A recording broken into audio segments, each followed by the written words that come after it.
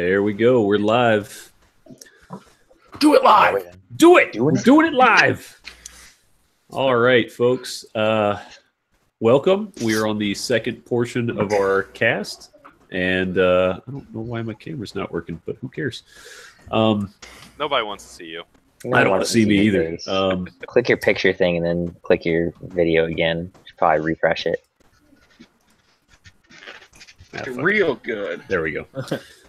Suck that. Anyway, so welcome back. We're going to do tables 17 through 32. If you were not on the first cast, you're obviously going to be on this cast, or you weren't in Masters. That's good. Surprise! 3 people watching this now are not going to Masters. Not going, Mark? You're not, but you stepped out yourself. Your list is going. It counts. You're there in spirit. That's good. Yeah.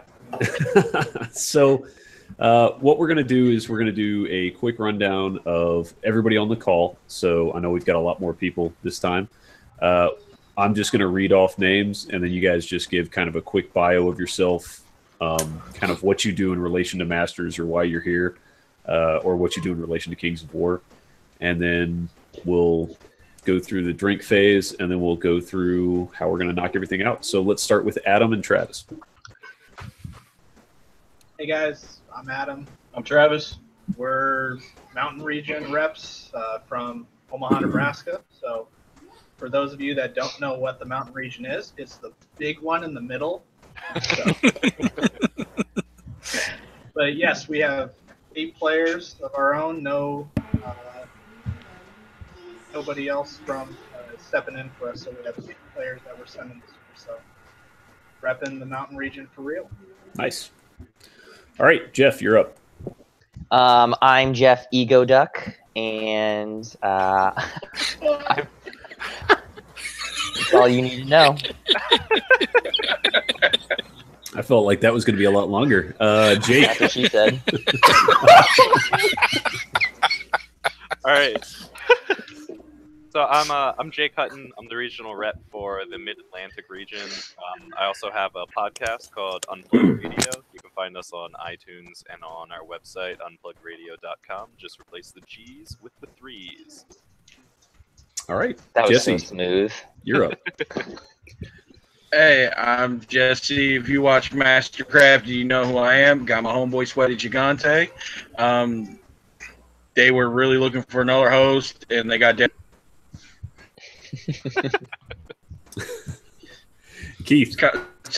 I'm Keith Randall. I'm the head of the Southeast region. I'm going to finally give this Parents video some sanity with some Southeast representation. As you do. As you do.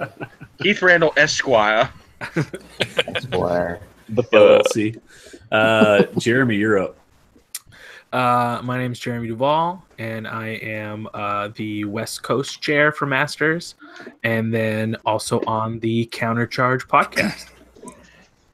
Yay, After Dark.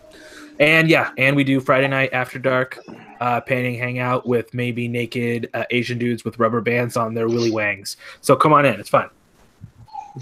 Water's warm. Todd, you're up.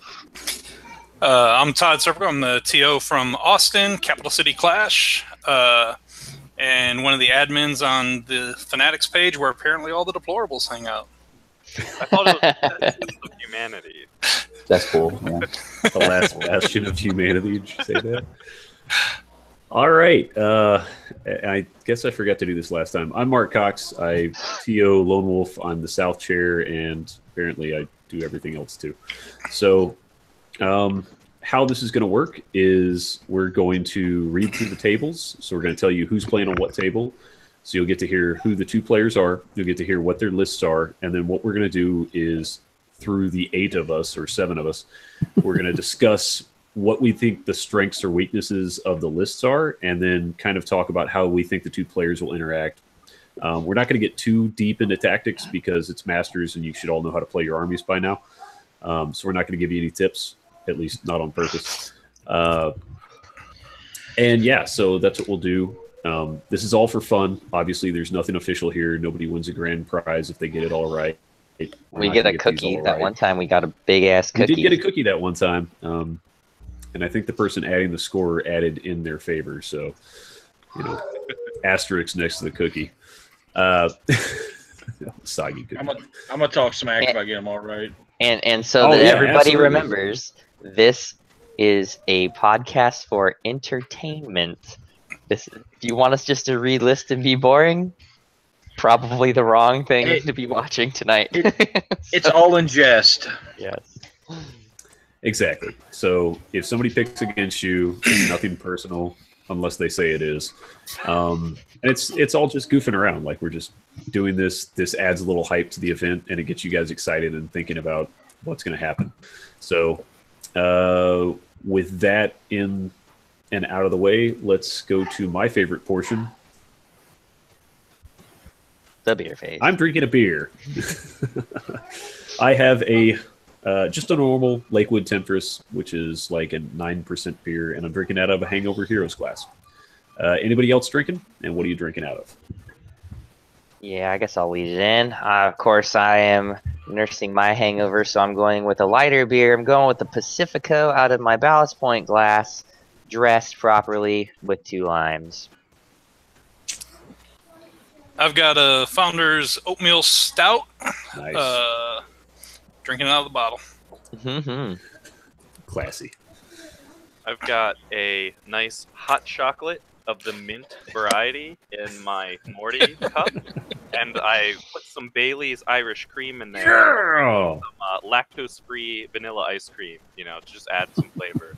And some alcohol, so Mark Cox didn't kick me off the couch. That's right. Lactose-free ice cream with putting Baileys in it? I don't know. I can have a little cream, not all that cream. It gets gassy. Real gassy. In honor of Jake, and last time I have in my Yeti tumbler my very own West Coast Long Island iced tea with the vodka is back, and I have a little Arizona iced tea, delicious raspberry flavor, with the delicious Kirkland brand vodka in the Yeti temperature controlled tumbler. And you did it right. You got it out of the can too, man. Just that metallic tang. Yeah, it just adds that little piece de resistance. You flick it after you dump it on. Ding. Mm-hmm. Well, the follow up on Jeremy from the lands of Carlisle, Ohio. I'm currently rocking Tradewinds iced tea, drinking it straight out of the jug.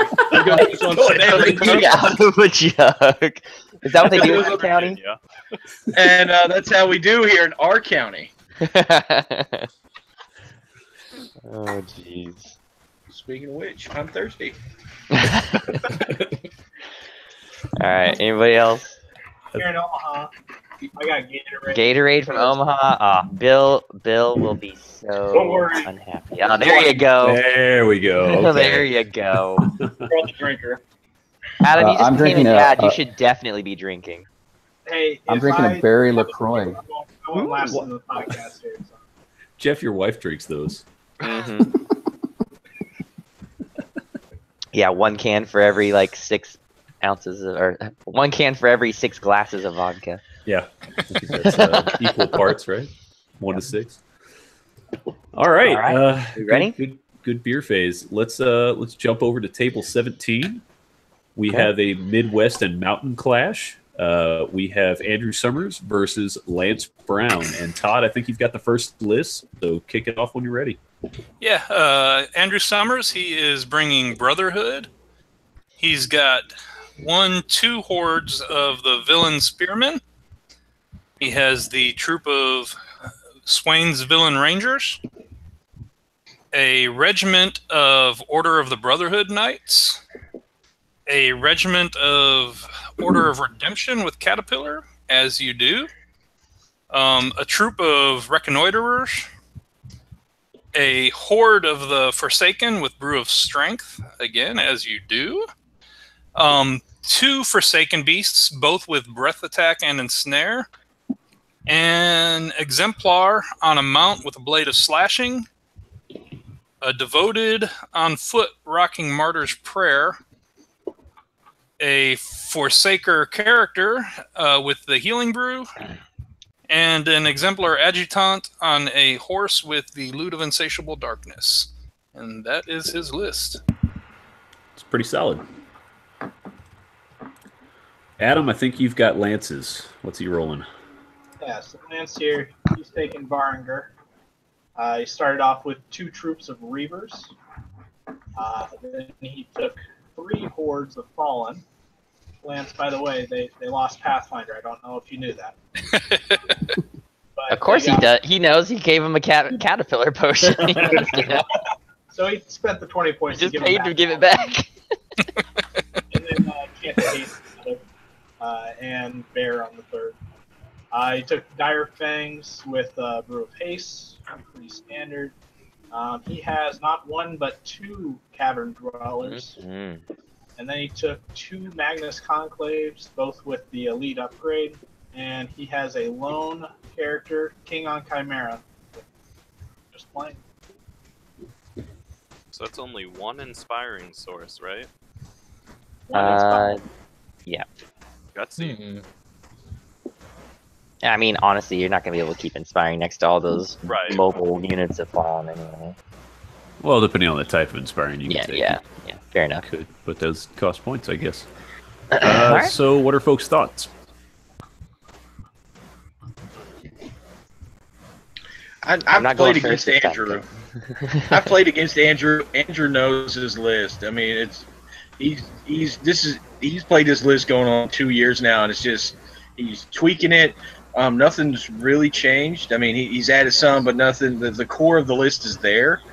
I don't know Lance, but looking at his list, like even with stuff I play, the only thing I'd be real worried about is the King of Chimera. To me, Andrew's got the tools to deal with this list. Like he can outrange just everything except the fall, and he can survive the fall and hitting them unless he puts 2 on something. I'm really liking Andrew's list, and like I said, I know Andrew and played against him. I think he can pull this out. All right, that's one for Andrew. Yeah, I like Andrew's list too. The one thing I wonder, I haven't played. I mean, Brotherhood's probably going to be my next army, but I haven't played a lot against the Villain Rangers. I almost wish they had 1 less rule and were a little cheaper, points wise. I think they're very expensive for something that you can very easily shoot off with that Magus Conclave. Yeah, that's really the only thing that's jumping out at me on Andrew's list is I'm just not sold on that item, but I do know he is a well-known Brotherhood player and has had success with them. I love the Forsaken Beast with breath attack and ensnare. That's how I would run them. It gives you a lot of nice height for breath cover to kind of be moving up. So I think I like his list. I think I'm going to go with Andrew in this one as well. I'm gonna jump on the other side of that fence, and I think I'm gonna go with Lance. I don't know either of the players, so I don't have really any context there. I'm not a huge fan of the Order of Redemption. I think you're paying a lot of points for regeneration on a unit that you generally want to break what it's charging, and you don't want to charge. And I think while Andrew does have the tools to outspeed some of Lance's stuff, the Fallen can potentially lock things in. Those Cavern Dwellers are going to tear apart some knights, and Andrew's list does not have the ability to fight in the grind against Lances in the same way, but I don't think it has quite enough fast, hard-hitting elements to break enough of Lance's list in 1 round without Lance coming around and hitting him with stuff. So I'm going to go with Lance, and I think those Magus Conclaves are going to be money in this matchup. I think I'll just piggyback on that because I echo a lot of what he said. There's going to be, I know both these guys. I have seen Lance play a lot. He's got a solid list. I think all that crushing strength he has in the list and high nerve on everything and the flying, character and the little bit of poke he can get. Just so many of his units hit so hard once he gets 1 unit in. I mean, he can do legitimate damage and he can outgrind Andrew. If he gets some really nice alpha strike stuff off where like he gets some combo charges, if Lance lets that happen, it could absolutely fold in on Lance real quick. But if I'm choosing a single list out of this, I'm going Lance. I think I'm going to go with Andrew. I agree with everything everyone's saying. I think the one area that I think Andrew can use that they're both let's meet in the middle and beat each other up with lists. But Andrew has the 2 bricks of forward with some nerve. If he can use those to potentially screen or tie up some of Lance's heavy hitters and then get the counter charges. And like Jeff said, get the dual charges off. I think that could tip things in his favor. I think I'm going to go with Andrew on this one. I love the Cavern Dwellers. I think they're one of the best giants in the game. Yeah, I love seeing 2 of them in the list. I think it's a really good, interesting matchup between these 2 with the nimble shenanigans the Fallen can pull. But I think Andrew does outrange him just a bit, and he's got the extra staying power from having a couple of infantry hordes in there. Depending on what the scenario is, that can play into things. I just think he has a slight advantage. I don't think it goes big either way, but I would give a slight edge to Andrew in this. Yeah, I don't think there's going to be any blowout on this one. I don't think that's even a question. Yeah, I'm just going to kind of echo what everybody was saying about Lance. I think he has the tools to take out Andrew's list.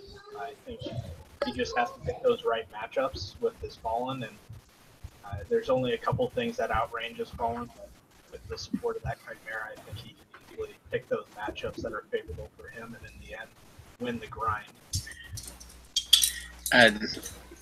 That nerve, like I said, that Fallen are just souped up ogres, and I mean that nerve looks good, but man, stuff starts hitting it, it goes away quick. It can. And the Fallen. All right, that's all of our votes for that first round of Table 17. Let's jump over to Table 18. We've got Kevin Von Felt representing the West Coast, playing Lance Hatcher, also from the Mountain. And Jeff, you've got Kevin's Looks list. like I got Kevin. All right, so How fitting. Kevin, my Padawan, how fitting. Kevin is a South player that's going to be merking for West Coast. This is Kevin's first full year playing Kings of War, and he's qualified for a master spot. So congratulations, that's a big deal. All right, let's go ahead and snap on to this list here. Kevin is, of course, going to be playing dwarfs. He is the Dwarf Whisperer. We've got a horde of Bulwarkers with the Brew of Courage. That new big shield is going to be nice. We've got Ironclad Regiment, 2 troops of Rangers, 2 hordes of Earth Elementals, 1 regiment of Brock Riders with Potion of Caterpillar. We've got 2 BSBs, 1 with a Flying Hammer and 1 with a Warbow. We've got the Berserker Brock hero with a Blade of Beast Slayer, as one does. Stone Priest, he's got 1 of those guys with Bane Chant 2 and Banner of the Griffin added. He's got 2 of the best units in the game, Battle Drillers. Dude, So good. he does so much work with those things, so good. 1 Greater Earth Elemental and 1 Steel Behemoth. It's a lot of stuff in a 2250. Every one of these units has its own unique name. Yep. Which is awesome. Yeah, I noticed Jeff was not brave enough to attempt to pronounce them. Zayn, Phalanx, Infantry Scouts. He just put, Kevin Zayn, basically. All right, who's got Lance's list? I do. We've got Lance Thatcher. He's running Mountain Regions, running the herd. So he's got a horde of Spirit Walkers with a Brew of Strength, 2 regiments of Tribal Longhorns, 2 troops of Beast Packs, where you never leave home without them, 2 regiments of Giant Eagles, 2 horde of Stampede. I like the rules of 2. So apparently we went to the same school of list building. I dig it. One. Yeah, they must have done it in his county too. He's running a Brutox. We've got 3 shamans, or no, 2 shamans. I don't count good. 2 shamans, and we have the Avatar of the Father upgraded with Fly and Speed 10. Good thing you could only take 1 of those. Right. Yeah. So I went first last time, so I'll go first yeah, again. Yeah, go for it. This one's going to be pretty simple. The Kevin's got this. Like, I mean, if you get the matches, you're obviously good at what you do, but this just seems like a terrible matchup. Like, the herd, yeah, they hit real hard, but the dwarves got enough they can get hit, and then the dwarves are going to hit back, and then everything's going to explode. Fair enough. I'm going to actually go on the other side. I like Kevin a lot. He's a cool dude. I don't know Lance at all, but I think Lance has the tools to really take down Kevin. He's got a lot of hard-hitting stuff, and then he still has the Horde of Spirit Walkers and the 2 regiments of Tribal Longhorns to really give some of that staying power if he needs it, just for that one turn, so that the Eagles and the Stampedes can do work. And I think that Avatar of the Father is going to really do some really nasty stuff to Kevin. But I think Kevin does have the tools, so I don't think it's going to be a complete blowout. But I think Lance has the upper hand right now. Yeah, I am not a fan of the Avatar of the Father at all. Just so many points for having all these different roles that he doesn't do one of them super great, and then he kind of just has a little bit of capability to do all of them. It's a lot of points, and you gotta choose how you use them. And he's only 1 scoring, and that's a lot of points to invest. True. Kevin's not scared of this list at all. I mean, I know both these guys. I know Lance Hatcher. I know him, Lance, the guy we were just talking about before, Lance Brown. They play all the time. So both these guys know what they're doing.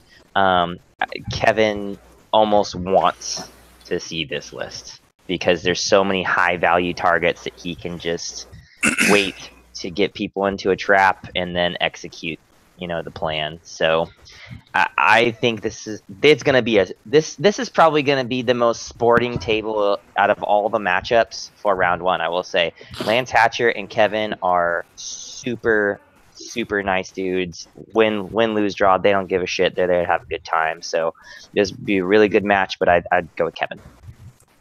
Okay.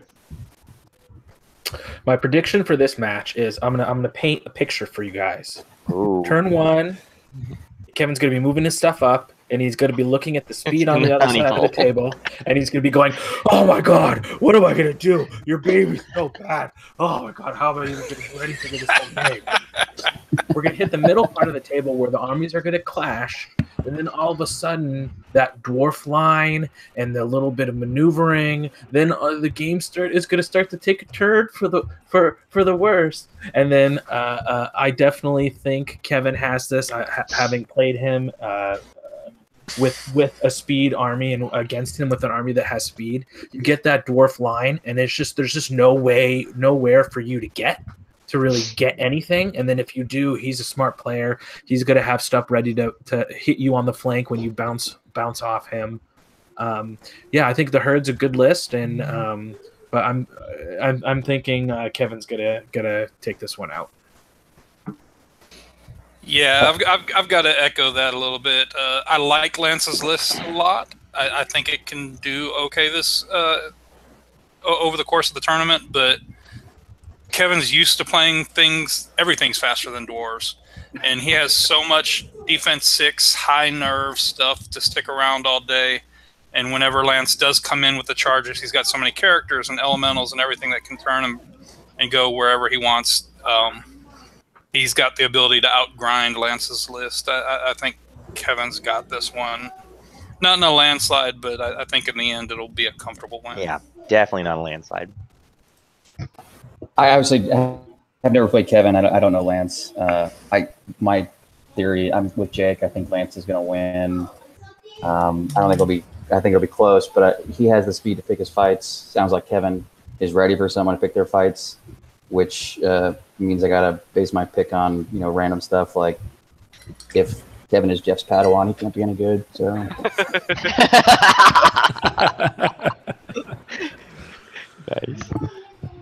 I just noticed we have Sweaty Gigante has joined the stream. Looks like he's been there. He's been there really? chilling. I just noticed him for the first time. Okay. God. I gotta bring some star power to this thing, man. That's how they do it in his county.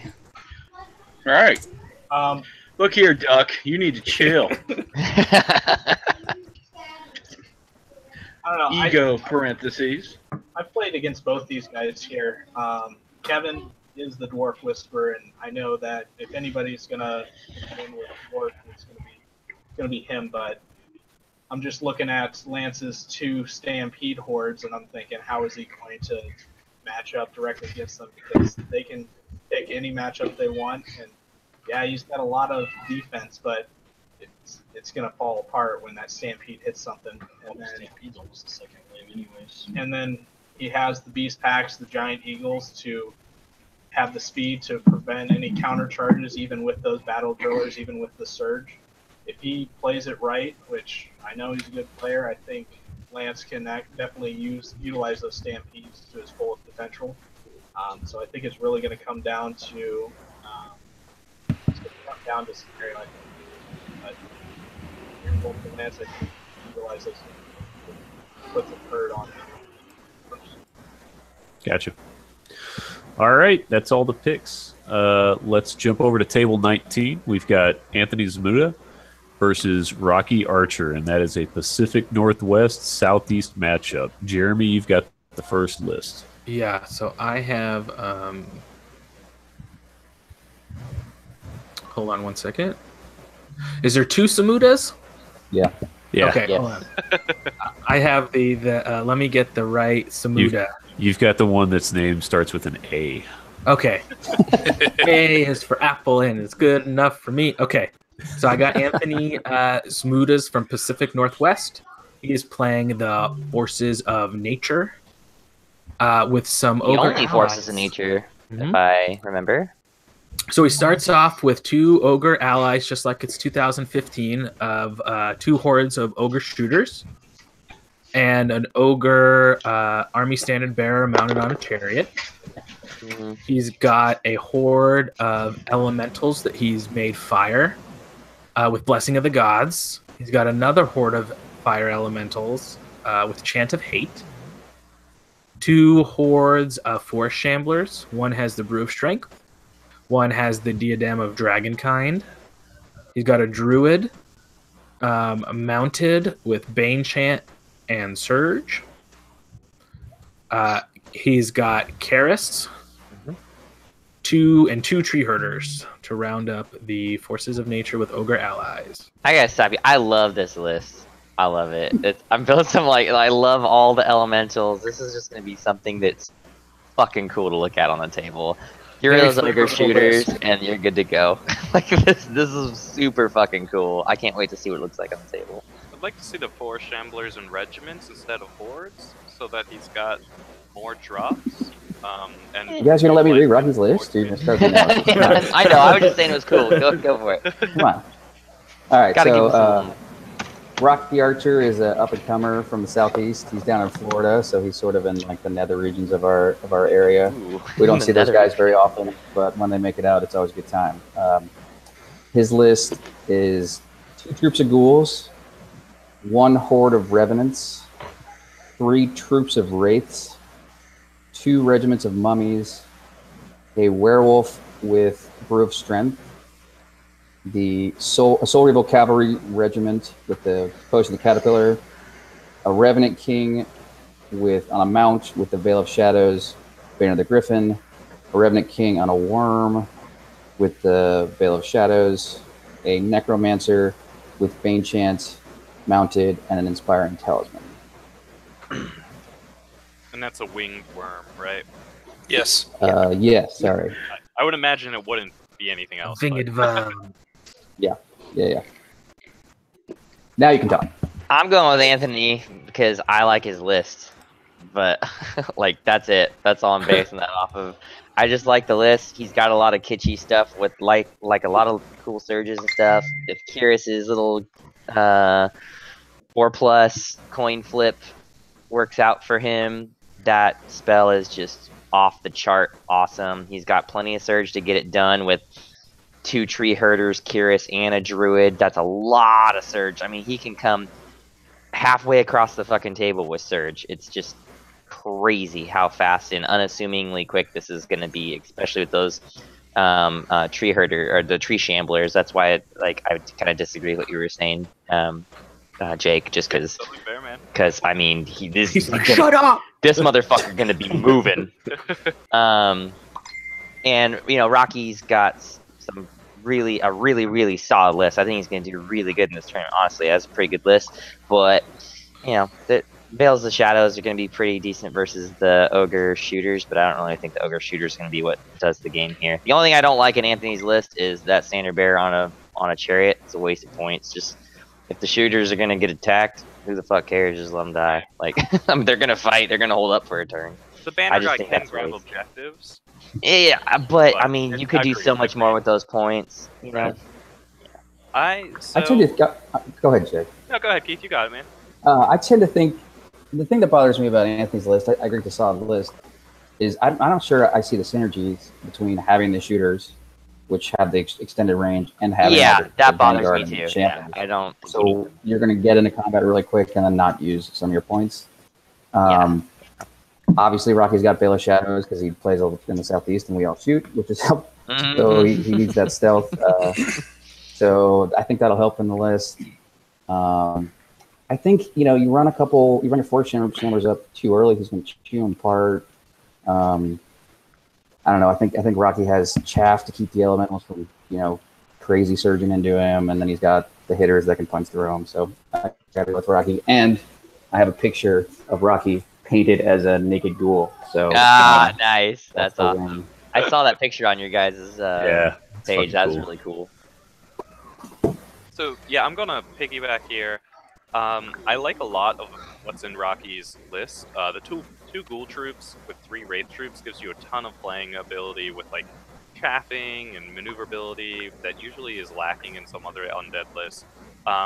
The Horde of Revenants without the Brew of Strength, I think is a little bit of a miss. I know the werewolves kind of need it too, but it really makes those Revenants kind of just an anchor rather than any real grinding of power. There's no heal in this undead list, which I would like to see, but that being said, I think it can still outgrind this Forces of Nature list, and I don't think that the Forces of Nature list is anything that can pop the mummies or the Revenants reliably, and then they sort of start grinding and win that. The Soul Reavers are going to just run a train on this Forces of Nature list, because there's nothing just to ping it and stop it. So I'm going to go with Rocky. Yeah, I've got to go with Rocky on this one too. Anthony's list is okay. I don't love only 10 drops in it though. And I mean, mummy regiments are great, but I think the real thing is the wraith troops. He can just wall off what he doesn't want to deal with, what he's not ready to deal with. Those Soul Reaver Cav are just money. He's got the speed on him. I just think the undead list is not a great matchup for this. It's not what Anthony wants to see, I don't think, and I've got to go with Rocky in this one. Yeah, I like a lot of aspects in Rocky's list too. I think the 2 Wraith troops are great, and especially since three Wraith troops. Yeah, I mean 3 Wraith troops are great, especially thinks he's gonna have speed. There's nothing.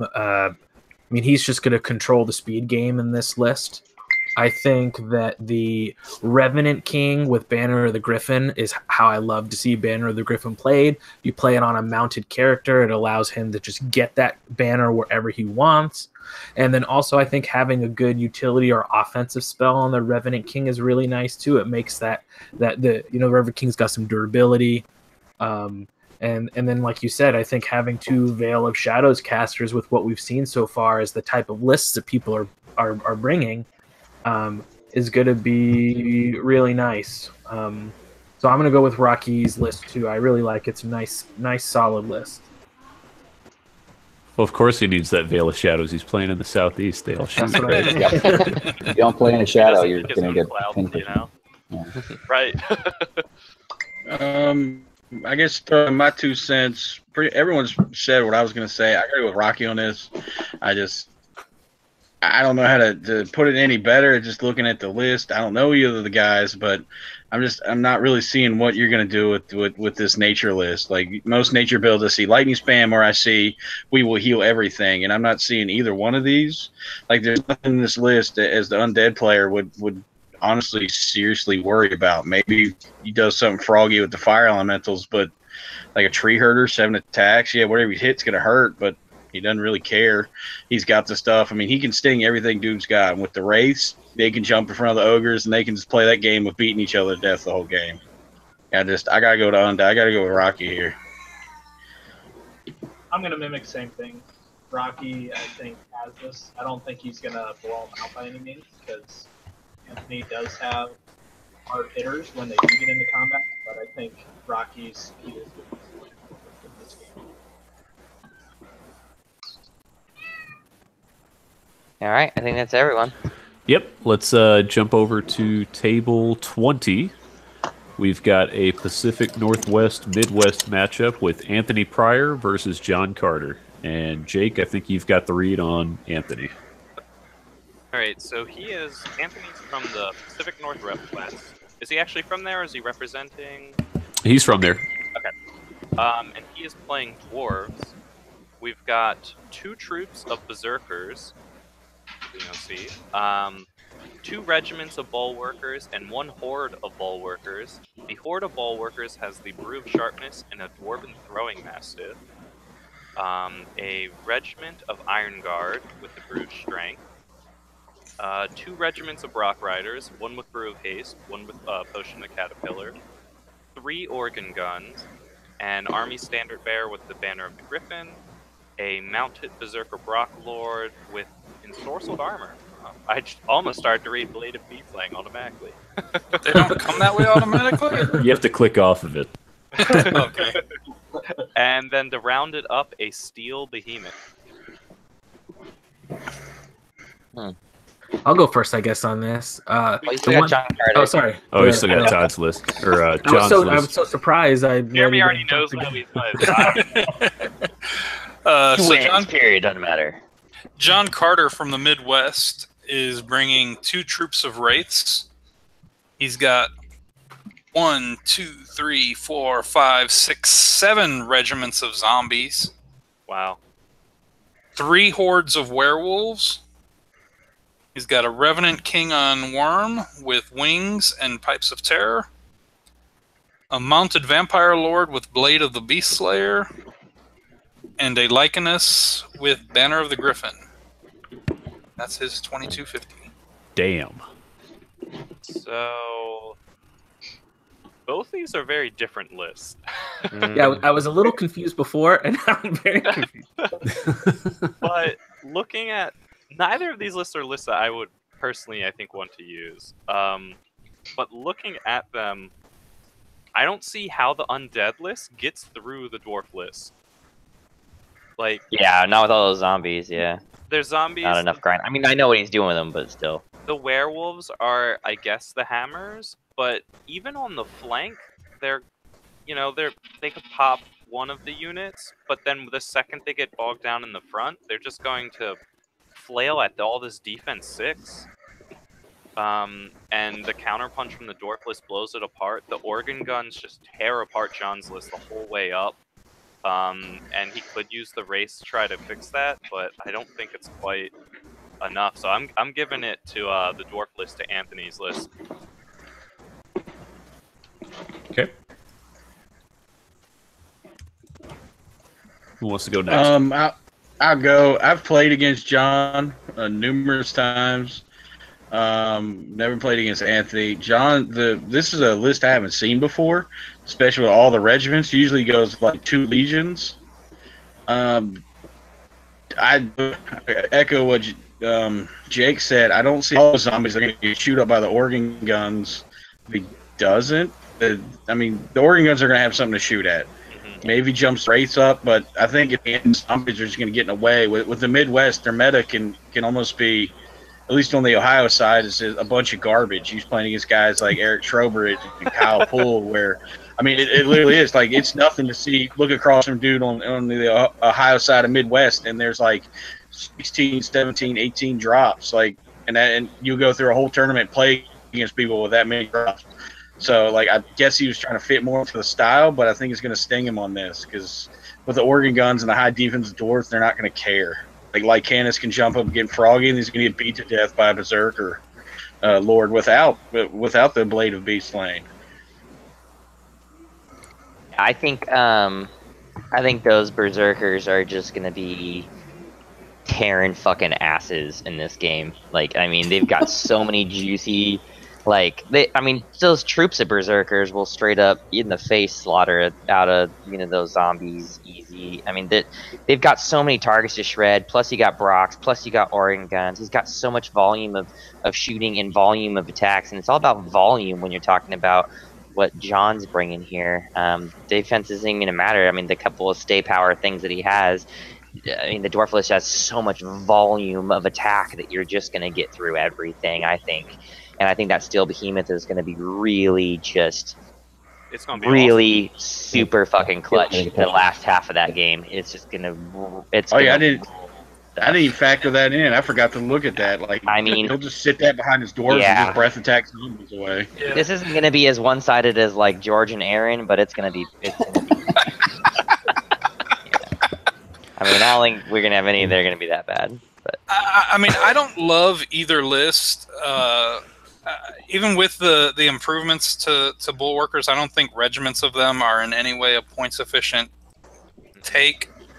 But when I look at the two lists, I see lots of Anthony's stuff that can pick up units from John's, and I don't see a lot of stuff from John that can do the same to Anthony. Werewolves, I love. I run 2 hordes when I'm playing undead, but without items, without Bane Chant, that Crushing 1 isn't going to get through a lot of all this Defense 6 stuff on the Dwarf side, and I just think the Dwarf player is going to grind him down. Yeah, when the large infantry nimble guys lost the Helm of the Ram, they lost that second punchy unit, and I agree with Crushing 1, you can't, like Jake said, unless you're on the flank, you just can't pull it off. So I'm going to go with Anthony too. Alrighty. Yeah, I know that every Friday night I hear about games against John Carter because Felix is on After Dark every night, and they seem to play every Friday. So I know that John Carter, comes from the Carter dynasty, so I know he's a solid player. But I think he's, hoping that Anthony spends time taking off some of these zombie regiments. But I mean, if he loses 1 or 2 of those werewolf hordes to whatever shooting or whatever, and then there's just not much left in this list that's going to be able to really kill the durability in the dwarf list, I don't think. And like Todd was saying, I'm not a fan. There's some stuff in the dwarf list I don't quite understand. I think the Brew of Strength on the Iron Guard regiment is a little odd. yeah, it's a lot of points. Yeah, it's a lot of points. I mean, I'd as soon just see that in one of the Brock Rider regiments that doesn't have Caterpillar, and maybe give the Iron Guard. We come back to it, give them a Blade of Slashing or something. It's just a lot of point item for 12 attacks. Or Brew of Sharpness on the horde that doesn't have Crushing also is not great. Yeah, it's not horrible, but it's just I just think there could be ways you could be a little bit more points efficient. But I just still think if Anthony can deal with those werewolf hordes, he's looking good. But I know that John's a solid player and that he has a lot of experience playing with mass numbers of zombies. I know usually it's in the double or triple legion. But I'm going slightly with Anthony, but I wouldn't be surprised at all if John wins. And then, so I'm going to go slightly with Anthony. All right, Adam, you got last call. Yeah, I really like John's hit with his Vampire Lord.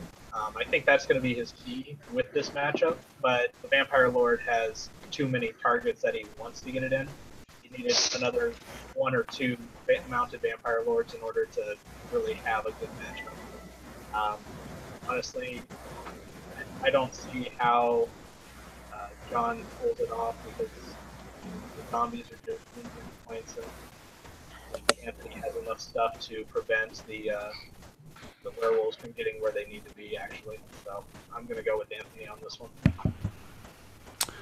All right. Looks like we've got our first landslide of the night. That was table 20. Let's jump over to table 21. We've got Southeast versus Mid-Atlantic. Oh, the two neighbors are going to duke it out. Oh, We've Lord. got Jeff O'Neill versus Joey Greek. I'm sorry, Joey.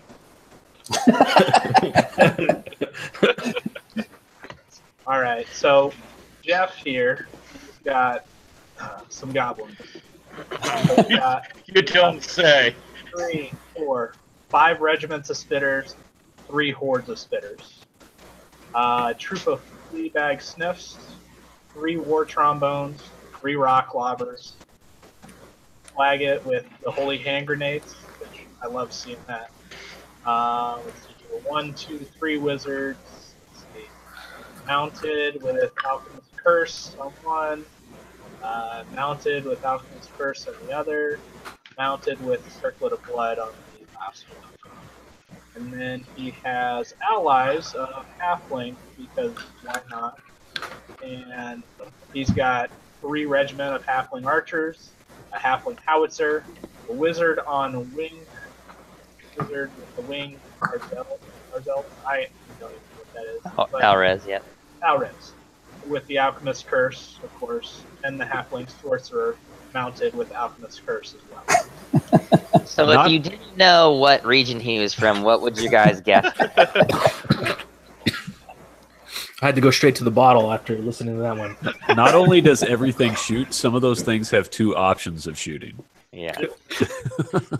So if you're mad at this list, yell at Keith. Just yell Hey. at Keith. He allows us in his region. All right. So we got Joey Greek here. He's bringing salamanders, so this ought to be fun. We got some salamander primes. Those boys are naked. That's a horde of those.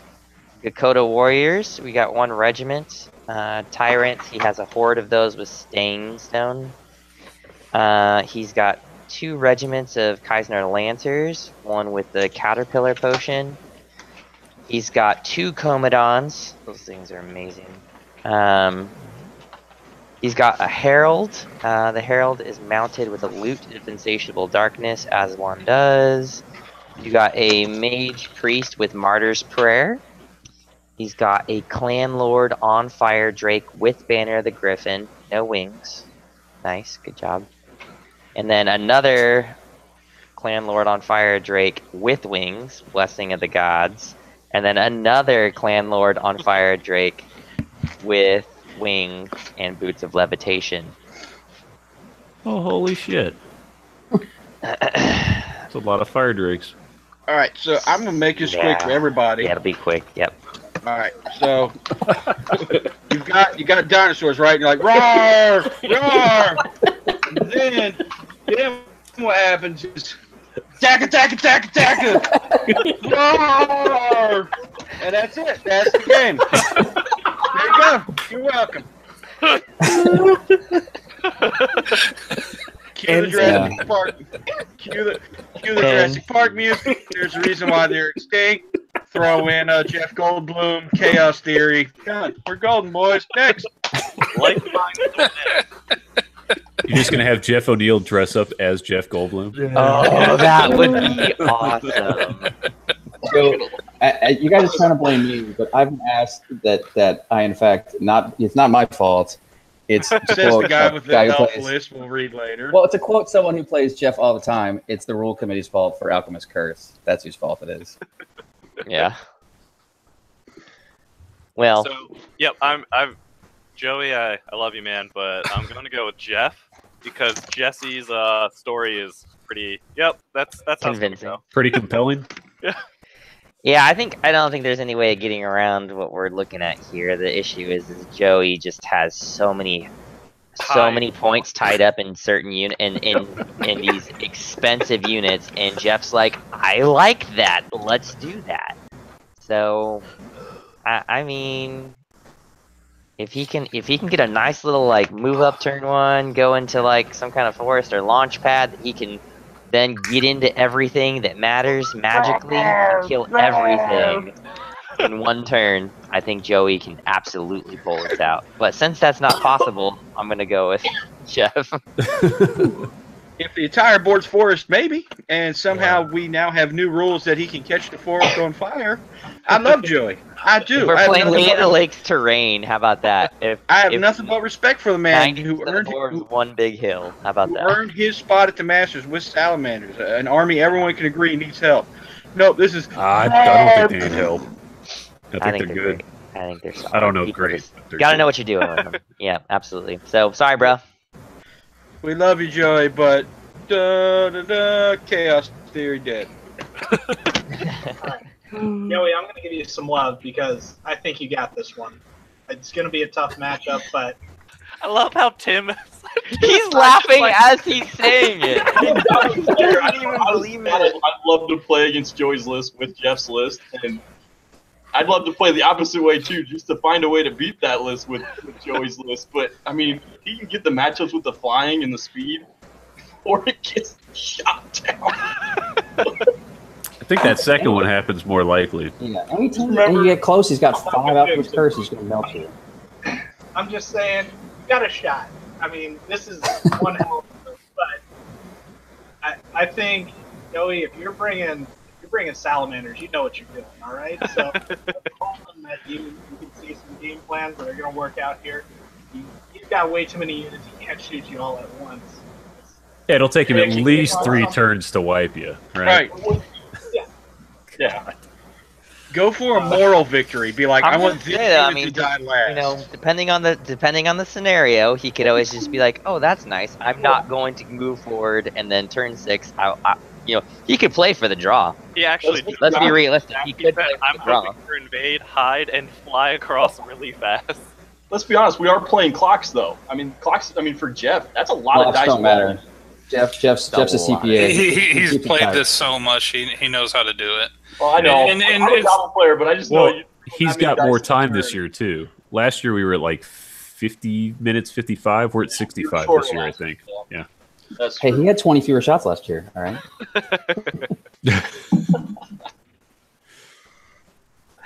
He still lost somehow. So just, Joey, go look at how he lost. Figure it out. And take that army. I'll tell you, he lost. He ran into Mark Cox. Just on principle, I I'm didn't going to go lose to Joey me. on this It was one, close. just because I won't say anything positive about that list of. Yeah, fair enough. It is not the Alchemist Curse that does it. That list is. That list is I'll southeast. stop there before I offend anybody, but That list is southeast. I'm not trying to extend the dialogue that much, but I mean, in theory, he's got those Commodons that have a pretty long range. He may be able to get rid of some of the stuff that might aggravate him later in the game. Right? Right. he's got I to mean, play he doesn't really have smart. he doesn't though. have 3 Commodons. He's only got 2. Yeah. But He's got to hope those 4 rock throwers don't hit, though. well, yeah, I mean, you're gonna have to hide from that too. Well, he's only got one shot with them technically, because they within Right. 12 inches they can't shoot. Well, the Commodons aren't ever going to get within 12 inches. They're going to go right back. It's the other stuff.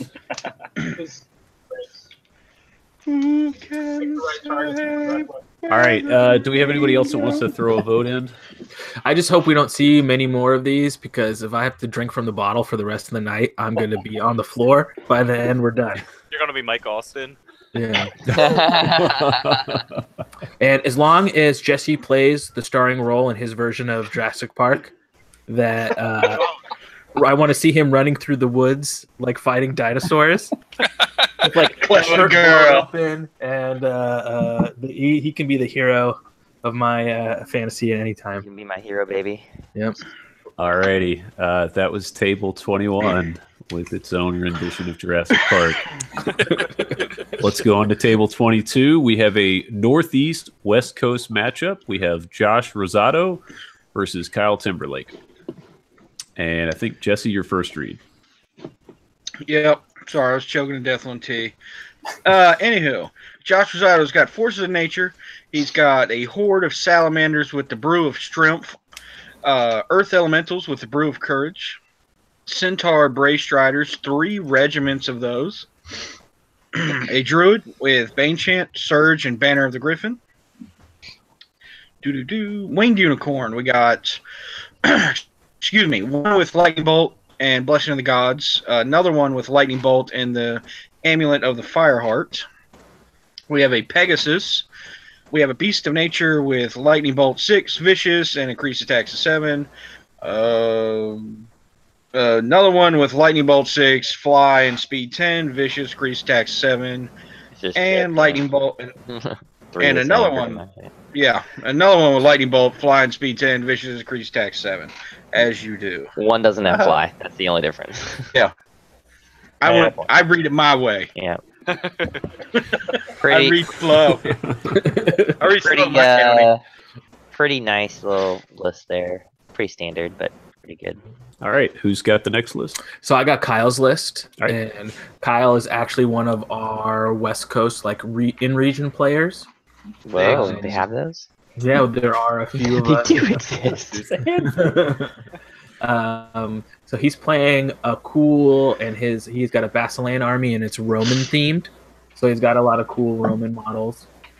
So he's got 2 troops of men at arms with swords, 4 regiments of paladin foot guard, 1 with courage.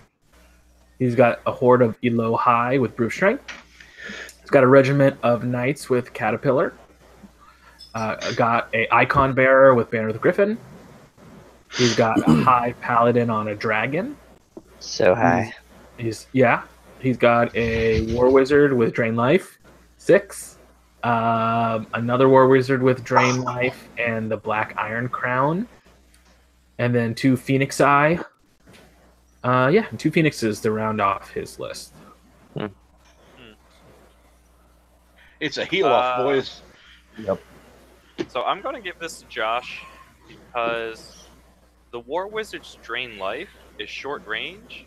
You do have the Phoenixes for healing, so the chip damage you could still deal with it some, but there's some things Josh can do to lock down Kyle's list faster than Kyle can do to lock Josh's list down.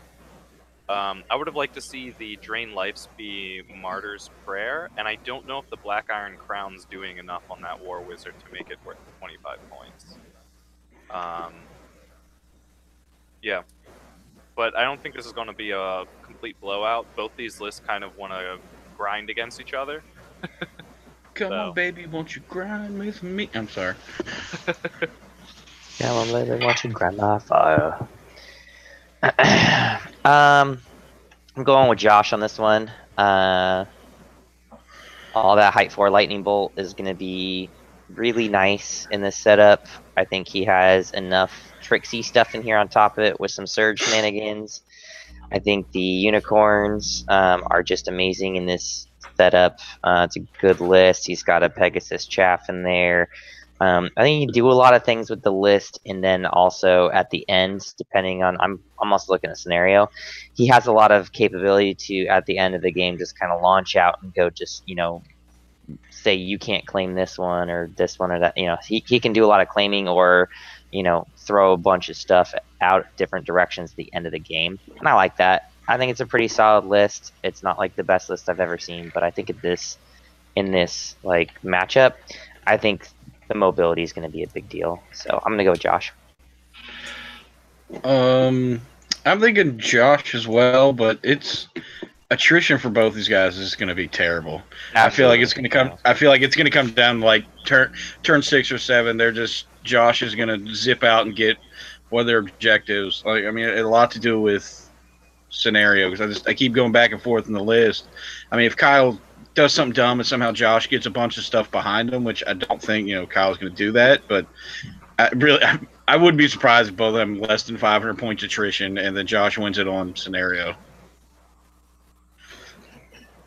Yeah, I really want to see a Basilia list do well. I don't think I'm good enough to design a Basilia list that will do well, mostly because it's not elite. I was going to say, did it have enough shooting for you? So I agree. I think it'll be close. I'm going to go with Basilia because I want to see it work. Nice. I think Josh has got this one. I'm looking at Kyle's list, and those salamanders are just a brick in the middle with a huge nerve, and Kyle just doesn't have enough attacks. He's going to have to throw 2 or 3 units on it to even come close to winning it. And at that point, Josh still has the speed advantage to prevent that from even happening. So depending on the scenario, it could go either way. But if it's objective based, I think Josh has it. Yeah, I'm gonna go with Josh also. I've played Kyle with that list, and it's got some grindability. It was a little different version of it when we played. And he's good with it, and it can grind. But I really like what Josh did with his version of the nature spam shooting. I think the extra speed of the centaurs is a nice add. And I think I'll give a little edge here to Josh in this matchup.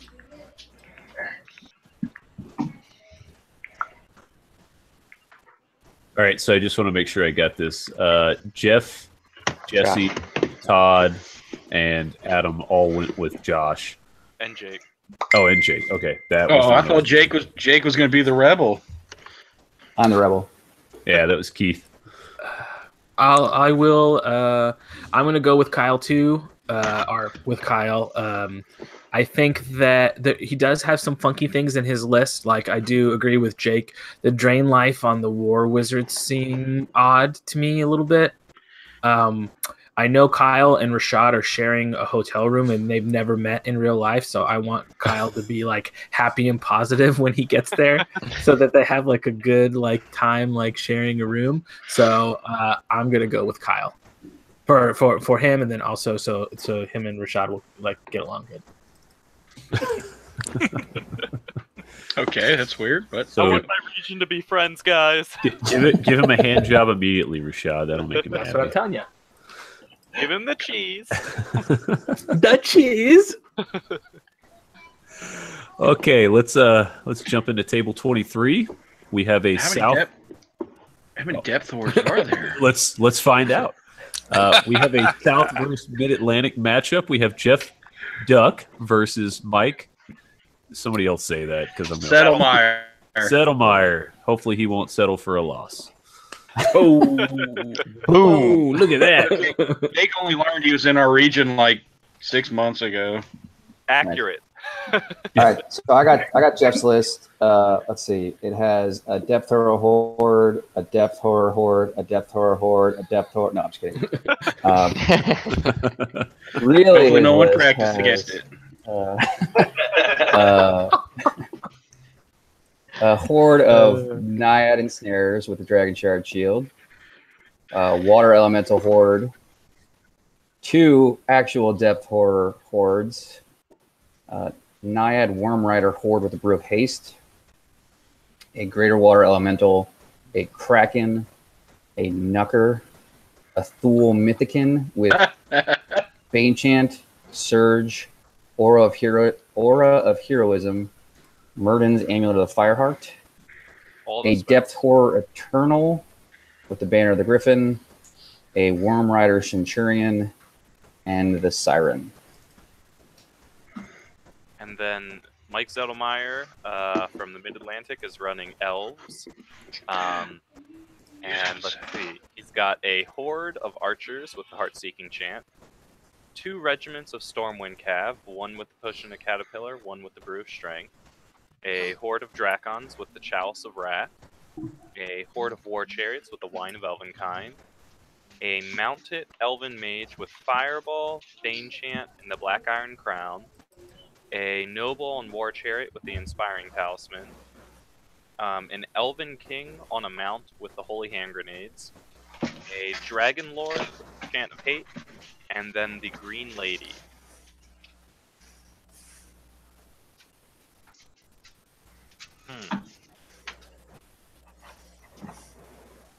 Well, Jeff, You should comment first. Everybody's silent. No, I'm not commenting first. I'm going last. You kidding me? So I'll jump in. I think Jeff is going to, as much as it pains me with him on the cast, to give a positive nod. I think both these lists are solid. I think one of the big things that's going to show is I don't think Zettelmeyer has ever faced Trident Realms. And so I think there's going to be things that are going to catch him out about the list. The Dragon's Shard Shield on the Ensnarers, especially for scenarios, is going to be really tough for Mike to move. I think he's not bringing as much shooting as the other Elven list, but he has enough to give Jeff some trouble. But I'm sure Jeff has thought of plans for that. And I don't think Mike has enough punch to get through the amount of hordes that Jeff has on the board. So I'm voting for Jeff, despite being pained to do that. Yeah, I'll go next, I guess. If you were to say in the prediction of the matches and you said Jeff was going to play his list against an elf list, I'd be all like, oh man, he's going to get smoked. But this is the style of elf list that I think he's going to, playing as Trident Realms, you have a chance against, which is they're still shooting, but it's just not all shooting. And then I think it's going to come down to maneuvering. Is he going to get those cavalry regiments into good positions? And I think the point that Jake brought up, I think, is really interesting, which is you don't know how good Ensnare is until you play it. Right. It's on paper, you just don't get it, especially when it's being used by someone who's using terrain, and that it's Ensnare is not always just -1. You know, often you're dealing with a -2 to hit.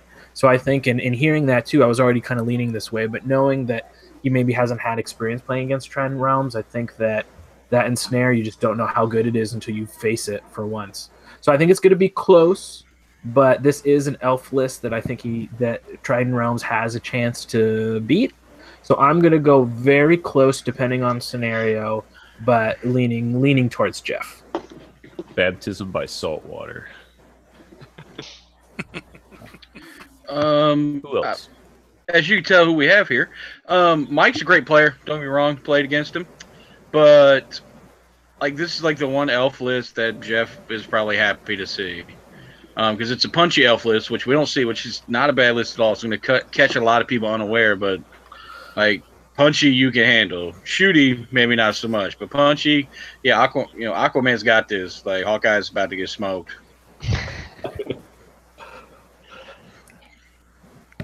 Those are two different universes, man. Not me. Crisis on Infinite Earths. Why can't you say Green Arrow, man? It's like Green Arrow, man. That was like a freebie. Gracious. Killing me. Because it's two different regions, dummy. Jeez. 2 different counties. My county, DC, and Marvel exist in the same universe. Like, you see all the crap behind me? It's the nerd wall. I've pretty much got something to represent every list. I mean, we can party. It's like, show me on the Aquaman where he touched you. Pull out the dolphin doll. It's gonna be right here. Like, it's gonna be bad. Yeah, I mean, props to Mike for doing something different than, I don't know, the other 8 elf lists or so in the field. What I say?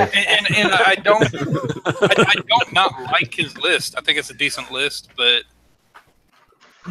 so few people play against Trident Realms, and I've seen and I know the tricks Jeff can pull on this list, and I mean, it can come down to scenario a bit, but I not to stroke Duck's ego, but for the humble brag, but I give this one to Jeff. So the different elf list is going to lose. Cool. I guess we're all idiots for taking a different list. Thanks, Todd. I guess I'll give my 2 cents. I also like Mike's list. Obviously doesn't have enough shooting. Not having played will be a problem. And Jeff's a tricksy little bastard. I am going to go with Mike because really, in either event, we all lose because if Jeff wins, you can say, I can move with Trident Realms, no one else can. And if he loses, at least he loses. He has been saying that. So.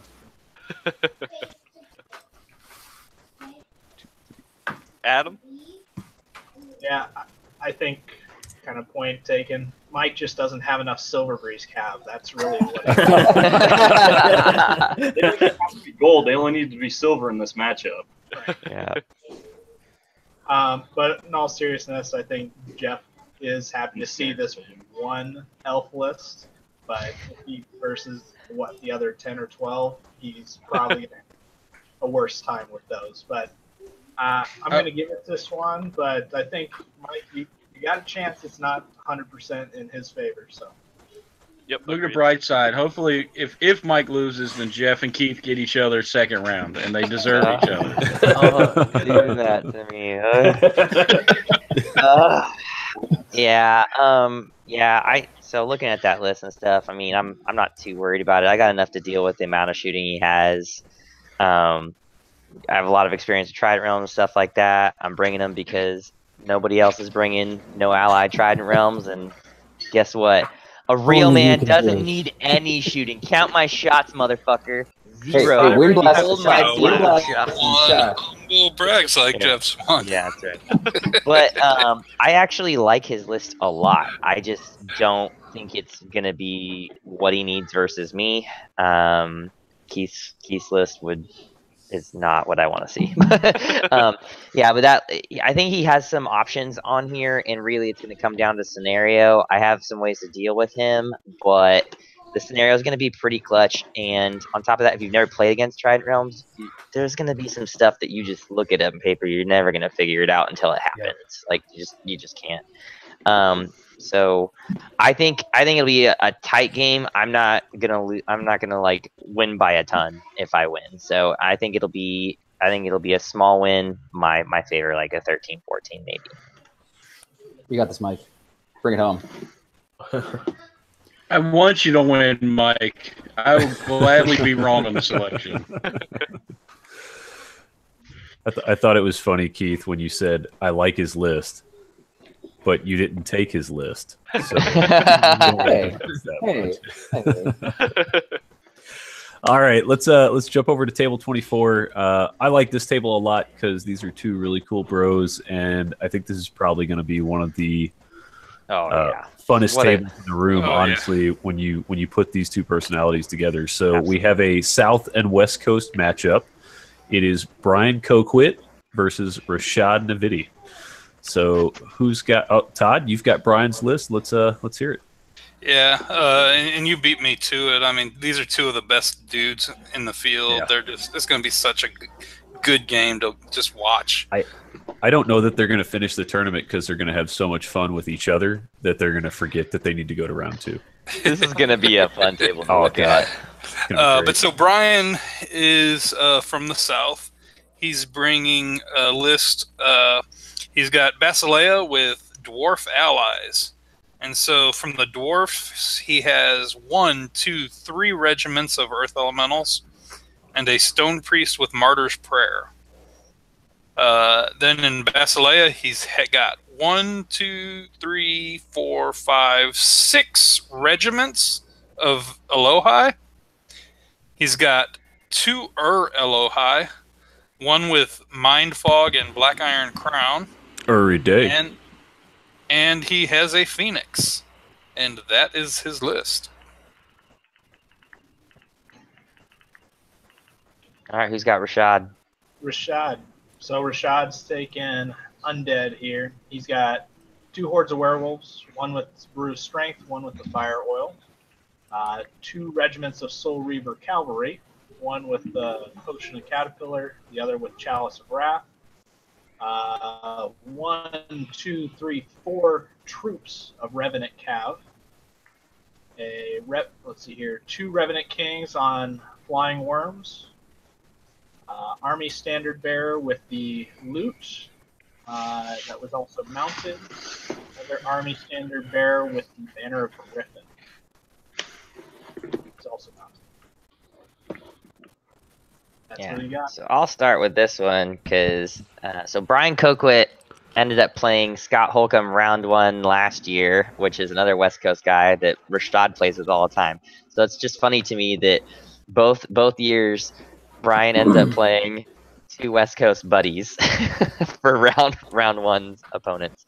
So this will be a really tight matchup. Both really good guys. I just think that Brian's got so many of those regiments of Elohai that you cannot possibly cover all of your angles, and they're so slim that unless you're playing on top of each other tight, they're gonna find their way into a flank at some point, and bad things are gonna ensue. And I just think that it's really difficult to cover all your angles and still play the game. with undead, because he doesn't have anything to reach out and touch him ahead of time. So for me, I think Brian is gonna win this one. Sorry, Rashad, but I think Brian's got this one. A decent win here. I'm 16 maybe. Yeah, I'm gonna jump in similar to what Jeff was saying. Brian's got a defense wall with the elementals, and then he's got the low high just flying around doing whatever they want. Rashad has the speed, but he's just outmatched by the speed of the low high pretty much on all fronts. Another thing that I don't really care for are the army standard bearers and undead, because they really shouldn't be shambling, but for some reason they are. And even though they're mounted, they're trying to utilize them a lot. I just don't really care for them. I'd rather see those points put somewhere else. I like Rashad's list, but I've got to give the edge to Brian here. And it's funny because Brian brought a similar list to Capital City Clash last year. Yeah. www.capitalcityclash.com. Just playing around with his MSU, and he brought it at the time he was using Fallen, and he just brought it to fart around and have fun. But I think going to the flying Alohi with this, I really like what he can do with this. And he's just got so many drops that are gonna find flanks in what Rashad has. And Rashad's got a great list, but I just think that Brian's got some tools to do some cool things with this list. Yeah, I'll throw this in here. That's something interesting that you pointed out, because I watched a lot of his games, and you could see that with the Fallen, he was getting a lot of the movement that he wanted, but he couldn't quite get all of it. Now that those regiments go from, Pathfinder Nimble to flying, he's going to get those movements that he couldn't get in a lot of his games at Clash. So it actually makes him a little more dangerous. I think you're right, Todd. Yeah, I'm looking at Rashad's list. I feel like Rashad drew the one list that he doesn't want to go against, because, like Brian, if he was going against a shooting list, he would be a sad panda. But it's like Rashad went against the one list that outranges him, because Rashad's list is fast. It's stupid fast for undead. Yep. But Brian's just that much faster. And yeah, I think, now if Brian does something dumb, makes a mistake, it could all fold like a deck of cards. But you don't get to Masters by being dumb. So I think I'm gonna have to give this to Brian. But it'd be a great game. This would be one I'd gladly sit and watch. I think the scenario is going to be really important in this matchup, and I think I love a lot about Rashad's list. I think the Revenant Cav troops are unbelievable. I know Todd feels the same way on that. He helped introduce me to the sweet lovings of Revenant Cav troops. But like what Jesse was saying, you want to have a list that does something really well, and what Rashad's list does really well is speed. But he's out. He's not the speed in this matchup. Right. So against 90% of the armies, he's gonna have speed on them, but in this case, he doesn't.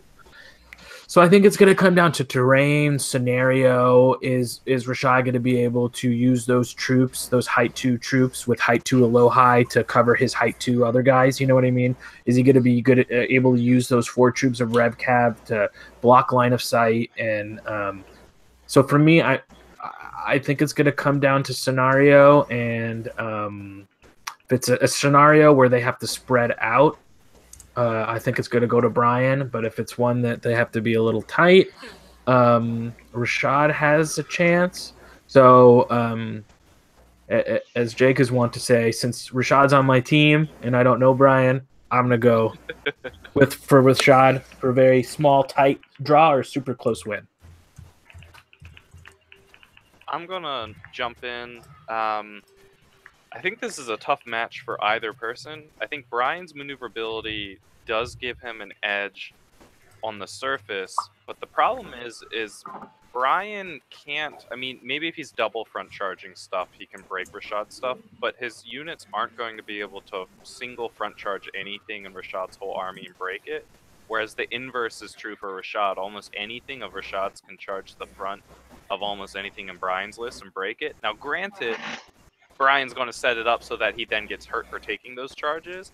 But I think both players are technical enough movement players that Rashad will come up with a plan, and I think that ability to just pop what he wants is going to really be big. Scenario kind of potentially coming in. I'm going to vote for Rashad, but I think this is a close match.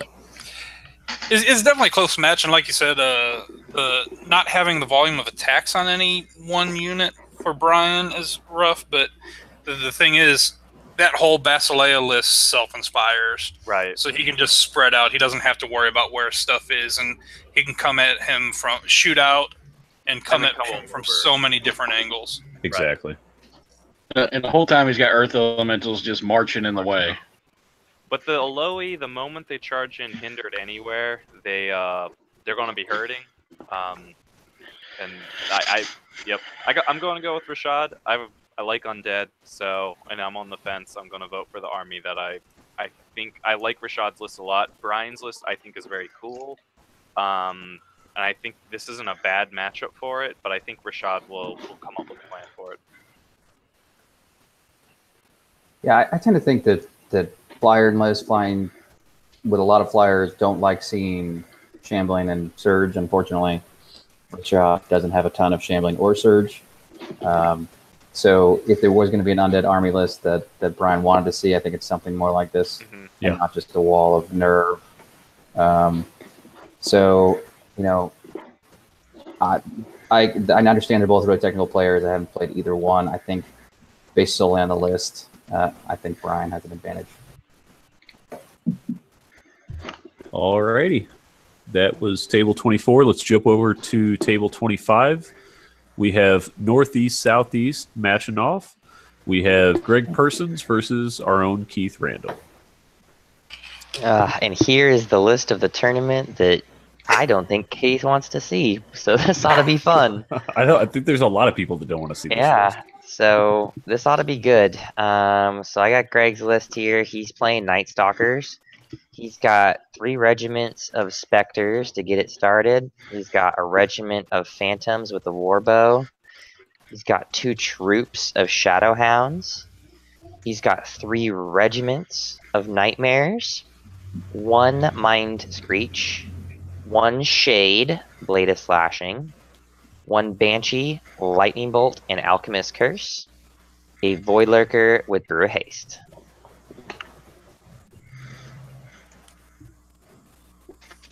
And Mr. Randall. That's shocker.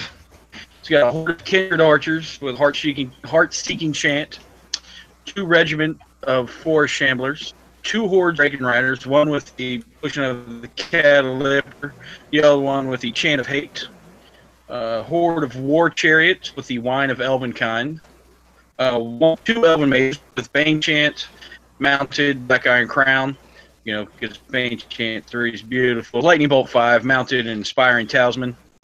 3 Noble War Chariots. They don't inspire, folks, just in case you were wondering. Damn it, Jesse. And a drag. Everyone will forget, don't worry. And Dragon Kid, don't worry. Look, you don't tell them about Boomer Sergeants. I won't tell anybody else about the Noble Chariots. Okay. And Dragon Kindred Lord with the Brew of Haste. Yikes. I would like to go on record and say I hate both these lists.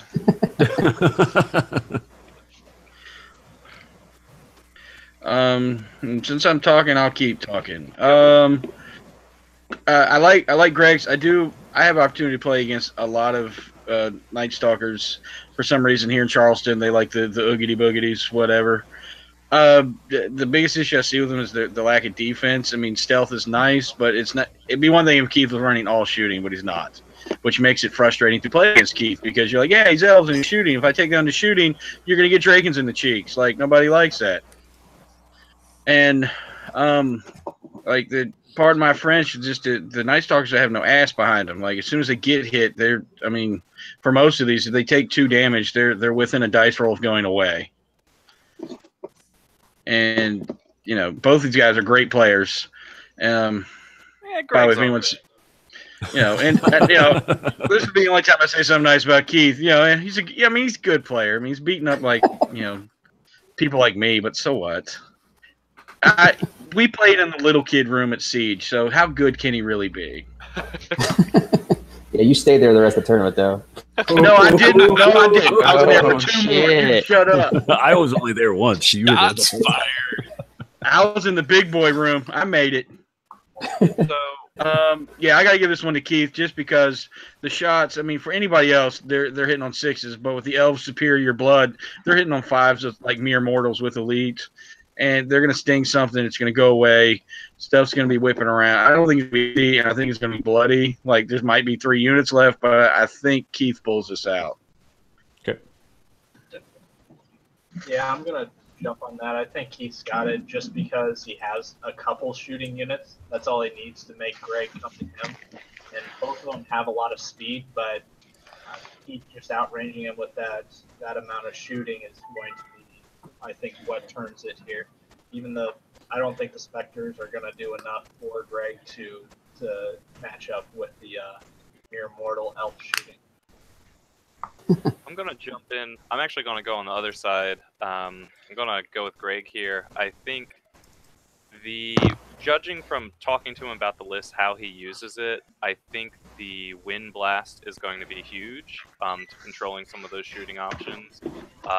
And it might not sound like it's going to add a lot, but it gives him a lot of tactical flexibility. And that Mind Screech is no joke when combined with just a few hits from the Spectres.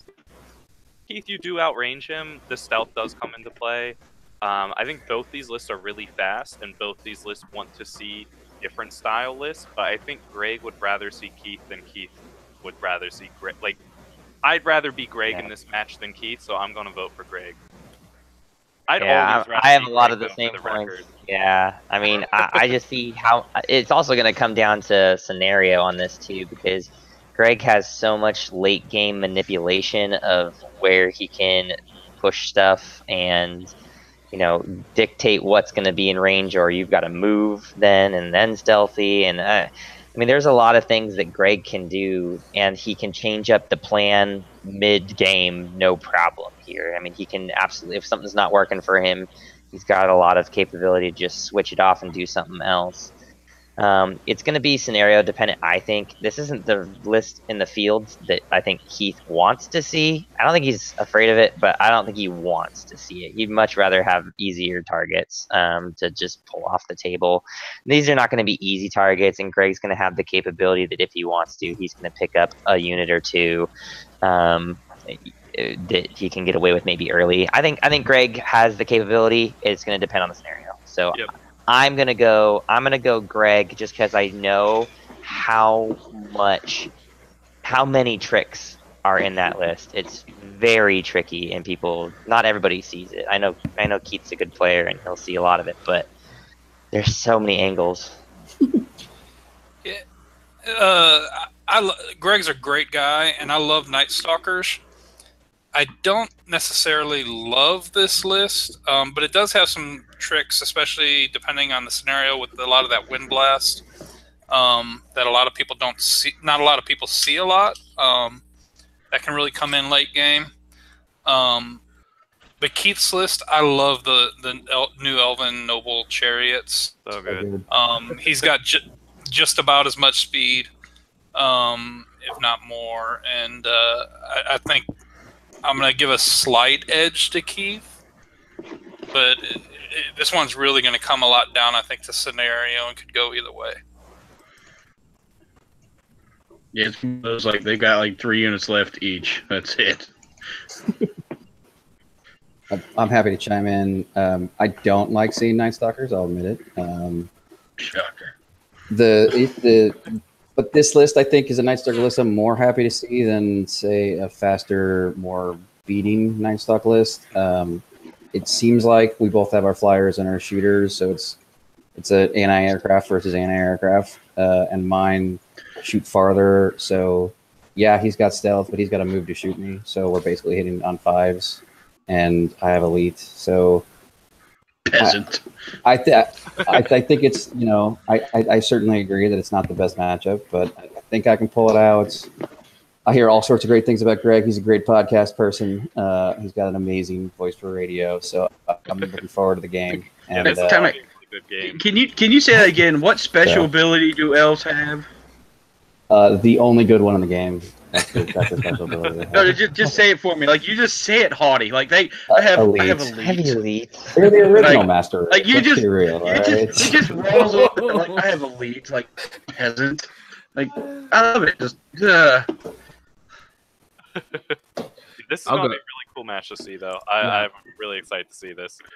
Yeah, I'll go next. I think it is going to be a great matchup. This type of elf list I really like.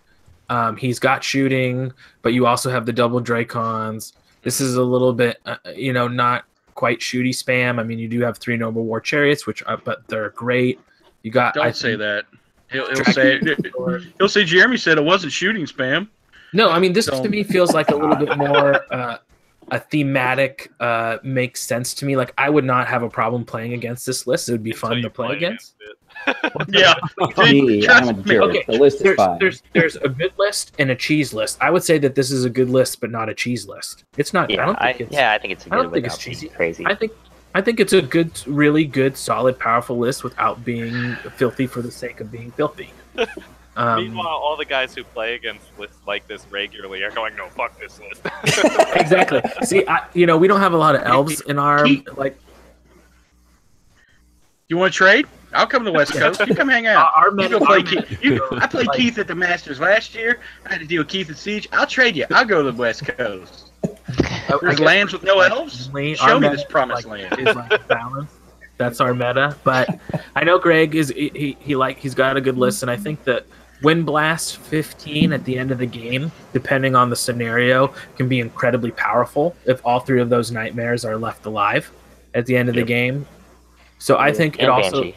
And the Banshee too. Yeah, I think that is just you basically can dictate where things are.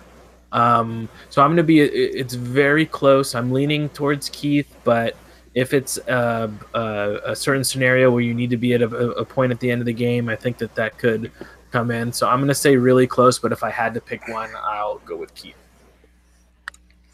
Alrighty. Place where elves aren't. God, I need to go there. Like I have to deal with Mike. Yeah. Mike Austin, Keith. Like the West is the place to go. Well, I need like a houseboy, so I can hire you as my houseboy. You just gotta like. Now you're talking like an elf. Do chores around my house. Hey there, paperboy. That's fine. Come on there, Jesse. Let's jump into table 26. We have another West Coast South matchup. We have David Baker and Dustin Howard going down. So, Jeremy, you have David's list, and Keith has Dustin's. I have David's list. He is playing Forces of the Abyss. Okay, so he's got 3 troops of gargoyles, 2 regiments of succubi, 1, 2, 3, 4. 4 hordes of tortured souls, 1 with Blessing of the Gods, 1 with Chant of Hate. He's got an Abyssal Temptress with wings, the Well of Souls. He's got an Archfiend with wings and the Healing Brew. And that's it. Done. Okay. That's it. So Just like, and done. And done. A little flying circus action. Dustin's bringing an Empire Dust list. He's got 2 hordes of skeleton warriors, 1 with the Banner of the Griffin. He's got 2 hordes of Revenant chariots, enjoying those boosts. 1 with the Potion of the Caterpillar. He's got 3 bone giants. Ooh. Oh, I know what this looks like. He's got a bone dragon, or where I've seen it before. He's got 3 cursed high priests, 2 of which are mounted. I'm reading that right, and he's got the correct. idol. So all the giant constructs. Yep. Well, I'll keep this short and sweet. Spamming Tortured Souls hordes. I don't like Tortured Souls hordes to begin with, and I'm an Abyssal player, and I just don't think they're worth their salt. And they've got so much point investment in all this stuff, and none of this stuff is really something that Dustin is. I mean, Dustin's gonna destroy this list. I mean, when George gets stomped by turn 3, he can go watch this one and maybe he'll feel a little bit better about his game. So I just noticed Dustin's running the Empire of Dust. Well played, Punza. You have my vote. Thanks for that. There's probably tactical discussion, but don't care. Dustin's running the Empire of Dust. Dustin. Is it dust is in? Is that how that works? That's it. Yeah. The Empire of Dustin. Well, you have my vote. There you go. That's what we're going with. Dustin's gonna catch so many people out with this list. It just has angles people don't see coming, and it is fucking a meat grinder, dude. Yeah. It will eat your ass. It's bad. I mean, Yikes. Dustin is going to be a top 5 at this tournament, hands down. There's not a And he's question about it. gonna be eating ass. Damn. As someone who also plays around with Abyssals a bit, I agree with Jeff. I don't like the Hordes of Tortured Souls. They're the most overrated thing in the game. Yeah. But forget Besides the me. list. The Abyssal list doesn't even really matter here. Dustin is a great player. He has been playing a list very similar to this, including Chariot Horde, since before Cock 18, and he's been smashing fools. He's a top player. Yeah. This list is very good, and he is also one of my dark horses to potentially win. At least be probably top 5, like Jeff said. Dustin's gonna smash this list. Well, when you have an army named after you. Right? The Empire of Dustin. So, I'll jump in. I've been playing Surge Shenanigans for 2.5 years, and I love what I'm seeing in this Empire of Dust list. I don't hate the Tortured Soul Hordes. I don't play Abyssal, so I don't have any experience one way or the other with that. That said, I think the regiments are scarier. And I don't think this Abyssal list... The only thing that I think is going to worry Dustin is those Succubi, because their Ensnare really sucks against this Undead list, because everything but the Idol is hitting on 4s. But there's enough maneuverability in Dustin's list, I don't think he'd be caught out by that. So I'm going Dustin. If Torch Souls ever get somebody who can actually surge them, they'd be stupidly broke, but... Right. Well, and to jump on that here, Dustin, he'll hit on 4s with most of his stuff, but he's going to be wounding on 2s against most everything, because I see defense 3, defense 4 across the board. Right. And those Bone Giants spending too many points to have crushing 3 against all of them, so they should get a this matchup. I think with the biggest thing that's going to hurt, who's the guy's name who's not Dustin? David. Is the change from Crushing 2 to Crushing 1, Thunderous 1. You just can't grind anymore, and you see a lot of Defense 5 on the other side of the table, while you see a lot of Constructs with at least Defense 5. So I think that'll be tough for him. 2, 3, 4, And there's 5, heal, 6. what, 18? That feels not friendly with you. No, heal 20, that's not how math works. There's heal 24 in the Empire of Dust list too, which is pretty nasty. Yeah, no, I think the point you make up about the crushing Thunderous, I think, is really going to take effect here. Because there's a lot of stuff that if he's getting into any of these units with those Tortured Souls, it's hindered. You're hitting on 5 with crushing 1. I mean, what damage you do is healing, and usually, like, the power, I think, of this Empire of Dust is wherever you get logged in, he's either going to be able to heal or surge his big dudes, and they're just going to smoke whatever those regiments that, are up close. And he's not going to have a chance to suck life with the Well of Souls, because I think any of those Tortured Soul units that get in, they're just going to get picked up. I know how powerful flying Abyssal lists can be, but like you said, I'm just not sold on the current state of Tortured Soul, so I think I'm going to go with Dustin too. Okay. So last cast we had, out of the 16 tables, we had 8 that ended up as landslides, or at least as called as landslides. On this cast, we've only had 2 thus far. So interesting swap of, and we've got more people, so you wouldn't expect landslides as much, but still. Let's jump into table 27. Hey, we have. before we do that, Mark. What's up? Aaron had a really good point that he brought up here. Mr. Anthony Pryor, the dwarf list that's playing against John Carter. He's from the Pacific Northwest. His Berserker Brock hero has the encircled armor, which is only able to be on infantries. Yeah. No, it's an individual. It's not individual infantry, right?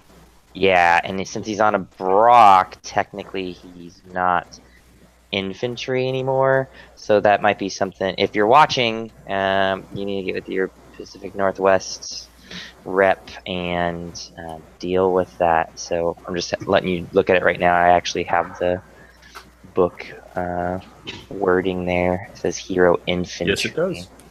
So just bringing that up. I mean, it's probably not a great item to have on him to anyway. Swap it out for Beast Layer. There you go. Yeah, do it the right way. Yeah, we're gonna force you to do it one way or another. So just bringing it up. So It was definitely a misclick anyway. Beast Slayer was what it was. yeah, there's no way. I don't know why you would. Yeah. Anyway. Yeah, that's an error with the Cock 18 lengthen because he used Cock 18 to make that list. Okay, cool. Easy fix. Yeah, easy. Yeah, it's not a big deal. Make it right. Sweet. So let's jump into table 27. Like I said, we have a Northeast Midwest matchup. We have Corey Wallitzer versus Kara Brown. And Jake, you've got Corey's list, and Todd, you have Kara's. So let's hear them. Awesome. So Corey is running Varangur with Night Stalker allies. He has a Warband regiment, a Bloodsworn regiment, a horde of cave trolls with a Staying Stone, a horde of Fallen, a troop of Tundra Wolves, a regiment of the Mounted Suns with Potion of the Caterpillar, a horde of Direfang Riders, a Magus Conclave, a King on Chimera with the Gift of Corrigan for the Leech Life 1, and a Brew of Haste, a Scald with the Banner of the Griffin, and then for allies, there's a Regiment of Spectres and a Void Lurker. Okay, and Kara is bringing Trident Realms with Abyssal allies. For her allies, she has Hood of Thunkit, a troop of gargoyles, and 2 hordes of tortured souls. In her Trident Realms list, she has a horde of the Ensnarers with Chalice of Wrath for Fury. Yep. Yeah. A troop of Thule, 2 hordes of Depth Horrors, 2 regiments of Tidal Swarm, a horde of Worm Riders, a Kraken. With Brew of Haste for the Worm Riders. Brew of Haste on the Worm Riders, sorry. A Kraken, a Mythicin with Banechant, Heroism, and Fireheart. Another Mythicin with Banechant, Mindfog, and Inspiring. And the Siren. Looks familiar. Quasi. I don't like Kara's list at all. I'm sorry, Kara. I mean, as a Trident Realm player, like there's no reason to take Hordes of Tortured Souls. There's just none. You don't need them, and I mean they're kind of crutchy with the gargoyles and stuff. But yeah, one thing that was like the most puzzling to me is the Naiad and Snares of the Chalice of Wrath. I mean, I don't see it. Anyways, the rest of the list, I don't get taking Mythicins without anything to Surge or taking Surge on them. Like, it's just a lot of points. She has a lot of points tied up here in non-scoring individuals that are, quite honestly, pretty insignificant in this matchup. And I would rather, instead of having 2 dual Mythicins, buy a unit that matters. That's my opinion. She's got a lot of chaff on top. So she has 3 individuals, and then she's got in there. So, I mean, and then she's got a Thule troop that's kind of chaffy. She's got 2 Tidal Storms that are chaffy. She's got a Gargoyle troop that's chaff. I mean, it's a lot of point investment in chaff and individuals. And Corey's like, I'm Varangar. I hit on 3s on a majority of everything that fucking matters. I don't like as a Trident Realm player, you don't want to be running into Varangar really ever unless you really have your ducks lined up. And that's just off of experience.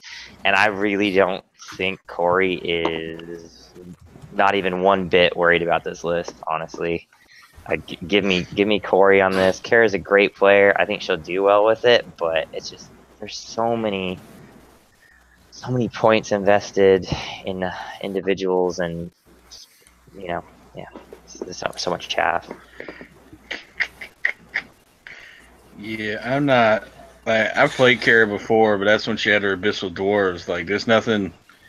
Like, I don't know. Maybe I'm not seeing it. I don't have a lot of experience with Trident Realms, but I look at it and just seeing what pieces she has. Like, I'm not seeing the puzzle she's trying to build here. I just like you said, I don't see what Corey needs to worry about. Like you're gonna jump up with Tortured Souls. The King of Chimera is probably gonna wipe one. The Void Lurker will probably take 2 turns to wipe the other. And then after that, they're just going to go all over the place and murder death things. While the whole time, the Warband and the Bloodsworn are just going to sit in the middle, block something up. Yeah, I ain't saying it. Like, I'm going to go Corey on this one. I mean, Kara's a great player, and I got nothing but respect for her. Like, yeah, absolutely. I've learned a lot from her, but I mean, she might do something crazy. Like, I've never seen her play Trident Realms before. I know she's been working on it, but I don't know. Maybe she goes froggy and something happens, but all signs point to Corey for me. Yeah, I don't love Corey's list a lot, but I hate Kara's list, and I don't mean to offend anybody, but I mean, Chalice of Wrath on the ensnarers, a Siren with no surge shenanigans is wasted points. There's nothing in her list hardly that I like at all. Is the Siren wasted points in a field that apparently has really heavy shooting? Right. Yes. Well, it can only disorder a monster. It can't disorder hordes. It's only disordering monsters and war machines. Yeah. Yeah, I think it is wasted points. Yeah. What disorders? It disorders hordes. I mean, you can use it on anybody. Yeah, do you? Yeah, it's not the stone. Anything you hit a single success on is automatically. It's not as good as that other thing. The issue is like it's a lot of point investment. Yeah, I mean, you could take another Mythican with the wings and just fly him out and use him as a dart at that point and save yourself a shit ton of points. It's still When expensive. Jeff's taking it, it can't be a waste of points. Yeah. Well, Jeff has other tricks. Well, I have combos, and I just don't think that she has a point without having a combo in the list. She's very expensive for what she does. So I'm gonna tap in. Corey is a player who I think has purposely gone out of his way to avoid doubling and spamming anything, which I think is one reason why you see this list is different than many of the Varangar lists we've seen. I've played against him a lot of times, and he beats me about 8 out of 10 times we play. So I have a lot of respect for him as a player, and I think this is a really good matchup for him. And he hasn't played in the past with these allies or with this little bit of shooting, and I think that's going to give him some tools to peel off chaff, which he hasn't had the last couple of times I've seen him play. So I think that's going to be big. So I'm going Corey. Yeah, I think like what you said, Jake, his list is interesting in the fact that it is like little kind of onesies of all these different, variety of things. And like, I'm not in love with his list, but it is kind of cool to see someone not wanting to spam any things. Absolutely. But it's just like a lot of just so many attacks, and on 3s and even on 4s, it's just like that weight of dice is just gonna on the low defense is just gonna like kick in. And like you said, some of the stuff and I know Kara's a great player, but some of the stuff in her list just doesn't make sense to me. Just so many points put in places that probably could be put somewhere else. So I think I'm gonna go with Corey. I think he's got it, and then also too, I like to see a kind of creative out there list. So I'm gonna go with Corey. Well, I'm gonna hop in on that. So I like Corey's list a lot. I really like seeing the one-offs, and I'm adding it up. He goes for pure value in units. Looks like he spent 65 points on magic items for his whole entire list, which is pretty impressive. Not very often that you see people drop below 100 points. So I think he really has the value in the units, and I just don't see the punch in Kara's army that's going to beat through a Barker army with this ally. I'm going to be contrarian. I see a lot of. I mean, I know you said there's the punchy units in the Varangar list hit on 3s, but other than there's a lot of them hit on 4s as well. The Corrigan and then the 2 big beady monsters, a lot of them hit on 4s. So I think Ensnare will help a lot. There's not a lot of Pathfinder in the Varangar list, so Jeff, you talk about Pathfinder and Snare all the time. So if she can work some of that out, and I don't think Tortured Souls are Chris. I think if you want to take Tortured Souls, you take Tortured Souls. So I'm going to go with Kara. Okay. Good call. Good table. All right, let's jump over to table 28. We have Mid-Atlantic versus South with Mike Adkins versus Ryan Smith. Yeah, I got Mike's list. So Mike here has Abyssals. He's starting off with 2 troops of gargoyles, 1 horde of lower abyssals with the crushing strength and lower defense,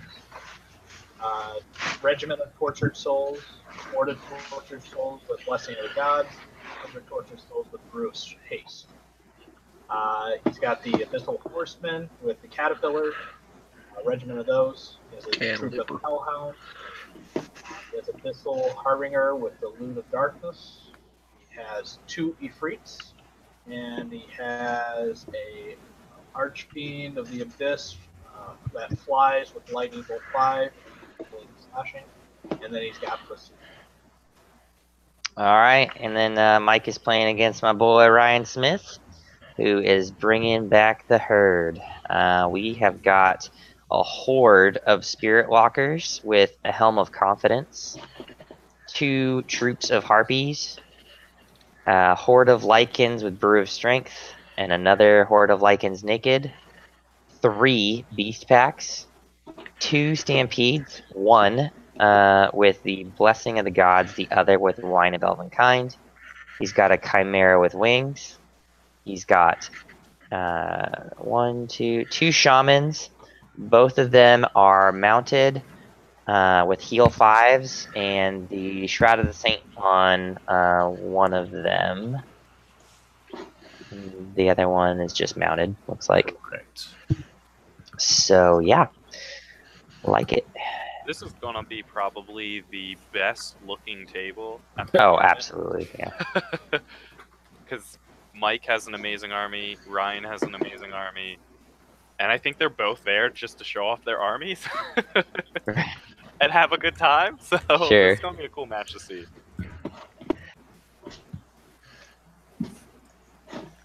So do we want to talk about how they play against each other, or do you just want to talk about their? No, I think they're both going to be pretty, and they're going to shake hands. In all fairness, Jake's Jake's heart's in the northeast. Physically, he's in the mid-Atlantic, northeast. If it's not painted pretty, why even play it? Yeah. Yeah, he's right. I think Ryan, honestly, Mike's an awesome dude. I think the Freets are going to be really good in the matchup versus Ryan, but I think Ryan has more chaff than Mike, and he's got more Pathfinder. He's got almost equal speed, and he's got 2 Stampedes, which is pretty frightening. So I'm going to go Ryan on this one. Yeah, I'm going Ryan as well. I don't see a situation that the Tortured Souls are going to do enough to Ryan's army, because he's going to have Pathfinder everywhere. The likelihood of getting an unhindered charge is not extremely high, and Ryan knows what he's doing with this army. And if you don't kill Ryan's stuff in whatever turn you're shooting with Demi-Freets, He pops it right back he's up. got so much heal that And he regen. just doesn't give a fuck, and he'll be on top of you like super fast with all those lichens and regen, and like Yep. I think everything that Mike's list tries to do is going to get undone, and then Ryan's just got the better side of what Mike wants to try to do. Ryan's list does it better, and a horde of spirit walkers that he has to deal with means he can't deal with all of the other stuff that Ryan has. And if he deals with the other stuff, the horde of spirit walkers is gonna run a train on it. It's just it's gonna be a rough matchup, and as an Abyssal player, I wouldn't want to play against what Ryan's got there. I think it's a really solid list. No, I think you bring up a good point. Is all that heal, and then with 2 of your hammer units having regen, you get a lot of stuff that begins to really stack on each other. And we all know that Ryan's a great artist, but he tries to play himself as like, I got to remember how to play. But I think he knows how to play the game, and I think to make a Masters team, you can't just do it on painting alone. I mean, you got to understand how to play, and I think that he likes to kind of downplay his ability, but I know he's a solid player. And then, like you said, I think wherever he puts that damage in with the regen and heal, it's going to be back up, and then he's punching you in the face. I mean, those stampedes, there's so much raw offensive potential in Ryan's list. I'm going to go with Ryan. But again, like everyone said, this is going to be a beautiful couple of armies to look at. And I do think Ryan has a slight edge in lists, but I think Mike has some things he can do here. I think those Afrits, if they stick around, can really put a hurt on some stuff mid-late game. And the different Ryan's a great player. He's a great guy, but he doesn't play a whole lot. And I'm going to give on that just a slight edge to Mike. I think it'll be close either way, but I'm going to go with Mike in this one. Yeah, I've spoken to Ryan some. I've never played against him.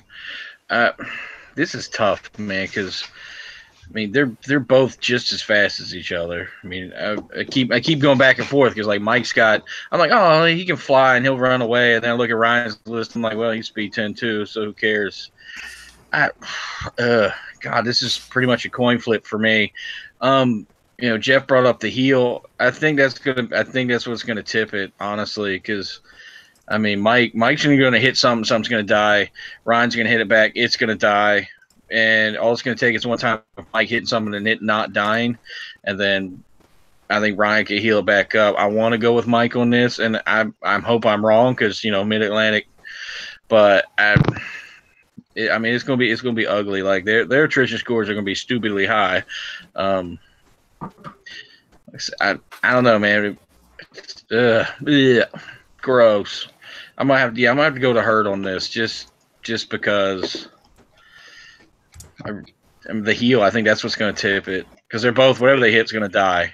Like whatever they hit's going to die. Like Mike's going to jump up even with a hinder charge. He's going to be able to hit something hard enough and kill it, and then it's going to hit it back. But yeah, I'm gonna have to say Ryan on this one, but it's going to be close. Alrighty, Adam, you've got last call. This one's going to come down to they're going to bash into each other, and whoever rolls double ones first loses. Literally. That's how it's going to be. I'll jump in real quick. Whoever has the worst dice roll in this one, even with depending on the scenario, they both are fast. They both hit hard. The dice, I think, are honestly, this is one of the matchups that dice may or may not choose the game for these guys. I take heal on one side, but fireball 40 on the other. I want to see this game. Honestly, this is going to be bloody to no end. Yeah, sorry, I haven't said said. Yeah, sorry, Keith. I didn't mean to skip you. You're good. I didn't mean to jump in on you, Tim. I think I'm going to go with Mike as well. I think Basusu's an asshole. He's going to cause a lot of problems. I think Mike has, the fireball is going to strip the chaff pretty quickly. I think the by making up the lightning bolt on the Archfiend. That'll help strip Traff. And then heal 10 is a lot of heal, but you're not. It's heal 13, right? Because he's got the heal shroud too. Oh, yeah, I don't read lists very closely. Heal 13, okay. 13. I still don't think that's.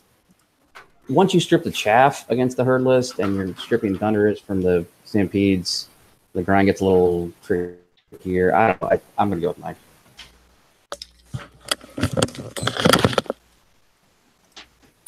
Alrighty, let's jump into table 29. We have a Mountain and West Coast matchup. We have Jared Holcomb versus Jeremy Duvall. And Jesse, you've got the first list, and Jeremy, you can read your own list because we're lazy. All right, Jared Holcomb's got the Ratkin, 3 hordes tunnel slaves, 3 regiments of warriors, 3 horde shock troops. Let's see, 2 war chiefs, both mounted, 1 with healing brew, 1 with staying stone. 3 warlocks, 1 with the Finulan amulet, 1 with Banechant and Inspiring Talisman, and 1 with Banechant and the Black Iron Crown. We've got the Demon Spawn with the Fly and Speed 10 because that's awesome. Yes, it is. So I guess I will read my list. I'm bringing 2 troops of ghouls. I have a horde of revenants with undead rats and brew of strength. I have a wraith regiment with brew of courage. A zombie legion with rats and brew of sharpness. I have werewolves, horde of werewolves with pipes of terror. I have a regiment of soul reavers with caterpillar. 2 troops of revenant cav. I have a mounted king on a worm with blade of slashing. I have an undead standard bearer mounted with banner of the griffin. I have 2 necromancers, 1 with Banechant heal and inspiring talisman. And then I have 1 mounted with Banechant heal and the shroud of the saint.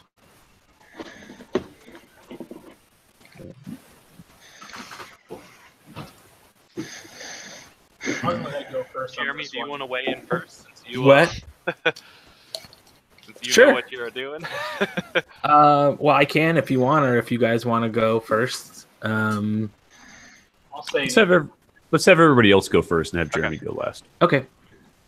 All right. So, Jeremy, I know you probably played this list a lot, but I know Jared. I played against his list, and this thing is the nastiest infantry. Oh my God, it's so hard to grind through. I mean, I'm looking at the matchup, and I just don't think there's enough attacks, there's enough damage that you can do to get through all of that nerve. And when he can just Banechant 2 or 3 different units a turn, he's going to be able to just chew through the defense that the undead provides. So I'm going to throw this one to Jared.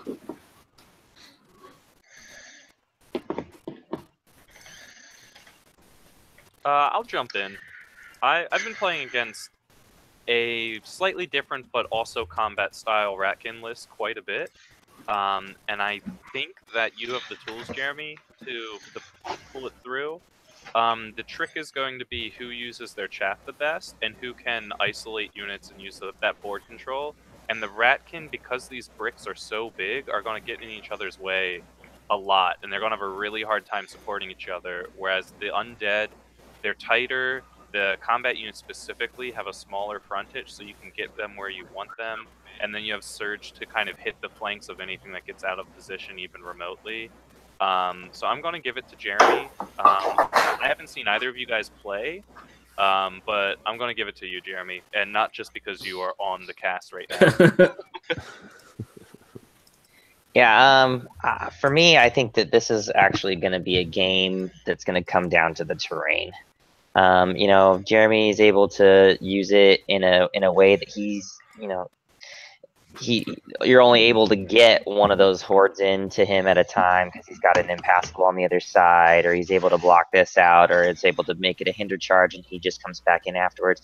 I think all of those things are going to be pretty big deals. I think terrain is going to be a massive deal, and I also think the scenario is going to play a big part of this one, because if you can't just deploy that Ratkin army however you damn well please, because you have to worry about the scenario and being over places to pick stuff up, well, you know, I think Jeremy has the mobility with scoring units at the end of the game that he could actually go over and pick stuff up, pick up you know, scenario objectives.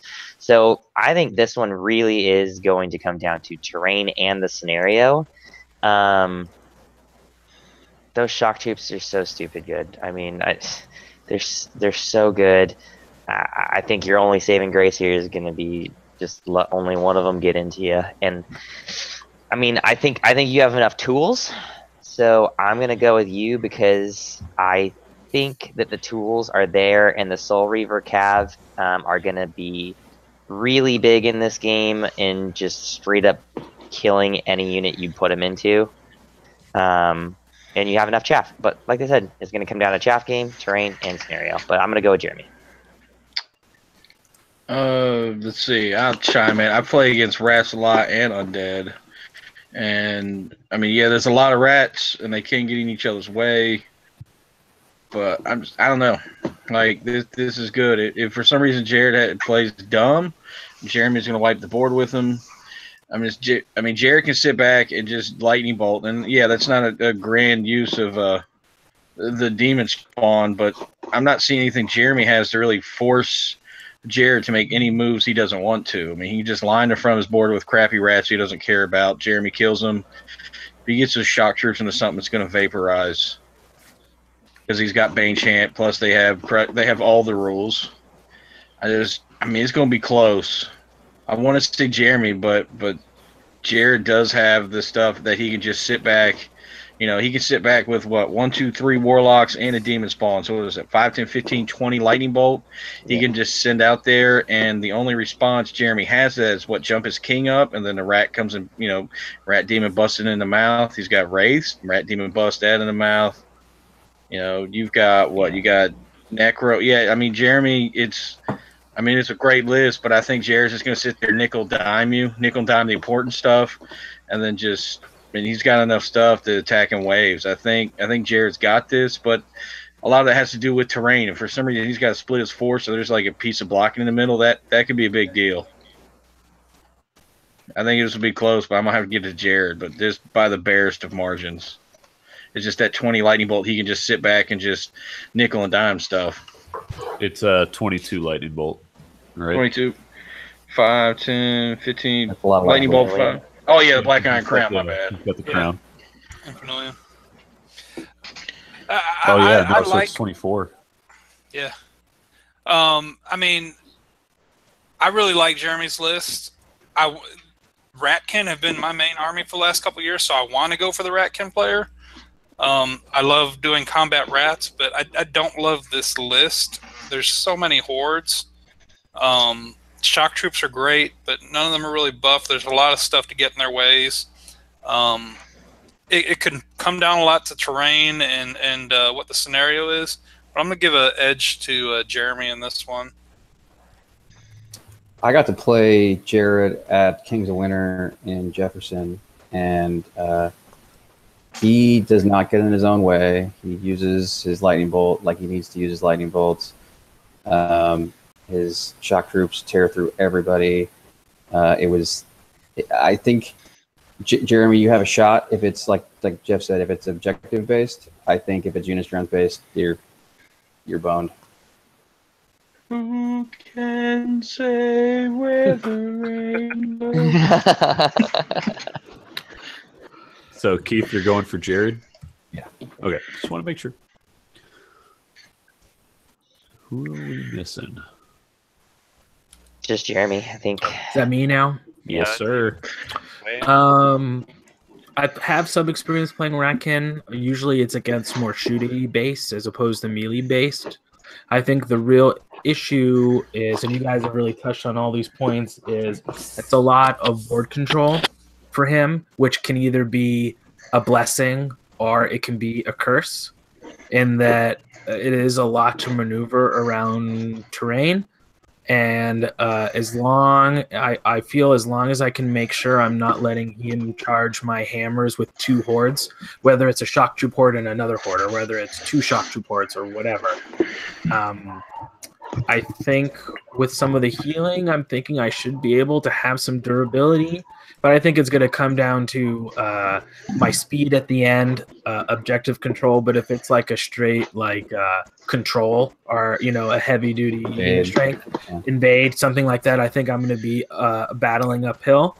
So I think I would rather see. I don't think I want to see Ratkin, but I think honestly I'd rather see this Ratkin than a shooty heavy Ratkin. Oh, absolutely. That's what I was gonna say earlier. I was like, you would much rather see this than 3 weapons teams on there. In seeing that I was gonna play Ratkin, and I looked at this list, and it's a great list, and I don't know much about him, but I know he's a great player. But in the version of Ratkin that I would want to see with my list, this is it. And doesn't mean much, but what that means. I have a couple, I don't know if he's played against Surge a bunch. I think you can always, with Surge, it's always that kind of ace in the hole that you could always, do really funky stuff with. Surge is cheating, right? Like, that's essentially what it is. Yeah. So sometimes you can break the game, and not break it, but you can do things. What I'm hoping is that he deploys his units facing backwards. So it takes him 2 turns to turn around. But I think this one is going to be super close. I think it's really going to come down to scenario and making sure that I don't make any stupid choices, and I'm impatient and think about what I want to do. But everything you guys have said is right on. I think it's going to be really close, and I really think it's going to come down to the scenario on this one. Either way, I think it's going to be a draw or maybe 13-14 win. It's good. It's going to be pretty close either way. So kick some ass, sea bass. I'm ready to get in my submarine and go after being smoked in this one. But we're gonna play our game Friday, and then you'll be all pumped up. You kick the shit out of ogres. Roll over some rats. We got this. I just gotta rub the sweaty. I just gotta rub the Gigante. I'll bring Sweaty. I'll let you carry Sweaty for that first game. The only thing that I had in looking at this list, my big thing was, who do I give Brew Strength to? Right, the Werewolf Horde is pretty much almost like a default. You give the Brew Strength to the Werewolves. But just, and Jake mentioned it earlier, having Brew of Strength on the Revenant Horde just totally changes the dynamic of that unit. And without Helm of the Ram, I just was kind of at a loss on what item I wanted to give my werewolves. And I think Pipes of Terror is nice. It just gives them that little bit of extra. One extra point. A little bit of extra. But that was one, in making the list, that was one sort of, I went back and forth between trying to give the Revenant Horde a Hammer of Measured Force and Werewolves Brew of Strength, but I think the Hammer is just overrated. I don't like it as an item. There's a 5 fanatics. So I just kind of decided to go with, instead, spreading out some of the hitting power, so making my Revenants a little better and maybe the Werewolves not quite as good, just to give me a little bit more options as to what can kill something. Yep. Giving away too much, Jeremy. I guess giving away too much. Don't take your vodka, drown your sorrows. Yeah. I'll just take a little drink here. A little drink of poo. There you go. Steady the nerves, son. Steady the nerves. All right. While he's topping off, let's jump over to table 30. We've got Kalen McMillan versus Jake Hutton. That is a Northeast and Mid-Atlantic matchup. So Keith, I think you got first read. Yeah, I got him. I'm sure Jake has never played Kalen. I really? have never played Kalen. Oh, really? He lives 2 hours from me, and I've never played him. Nice. Is there an ulterior motive for that? You don't like the guy? No. He's pretty new to the scene, and we just haven't crossed paths at GTs. Gotcha. So even though I'm driving, over 12 hours to face a guy 2 hours away, still kind of cool. He's bringing that shooting Ratkin list that everyone was talking about. He's got 2 regiments of Tunnel Slaves, a horde of shock troops with the Brew of Strength, a horde of shock troops with the Potion of the Caterpillar. He's got a Vermintide regiment. He has 2 regiments of Hackpaws, 1 with the Brew of Haste. He has a 1 weapons team. He has 3 death engines with Vile Sorcery. He has a War Chief on a Fleabag, and who has the Blade of Slashing. He has a Swarm Crier with the Loot of Insatiable Darkness, and he has a Demon Spawn with Wings. All right, and I'm going over my own list here. So I've got a horde of skeleton warriors, 2 troops of ghouls, 2 troops of wraiths, a regiment of mummies, a legion of zombies with the giant rats, a horde of wights with the brew of sharpness, a regiment of soul reaver cav with the potion of the caterpillar, a revenant king on undead worm with wings and the blade of slashing, a cursed pharaoh with wings of honey maze and alchemist's curse, and then 2 mounted necromancers, one with bane chant and the surge is replaced with heal, and then shroud the saint, and the other with surge and veil of shadows and the inspiring talisman. Well, I'll go first for my region share. Yikes. Really? There's no zombie troll, so he's got that going for him. And you're not actually at a Mid-Atlantic event, so that's a plus for you. So, like, Jake just does something about playing in the Mid-Atlantic. He loses all of his salmon pants power. In Chicago, maybe they're recharged. I'm not. Ugh. He's just got a lot of junk to get in your way before you can ever get to the death engines, before they daka everything off table. And you've got a Revenant King in your Wraiths, and he can only stop one of them at a time with and the Pharaoh. The rat. Oh, and the Pharaoh.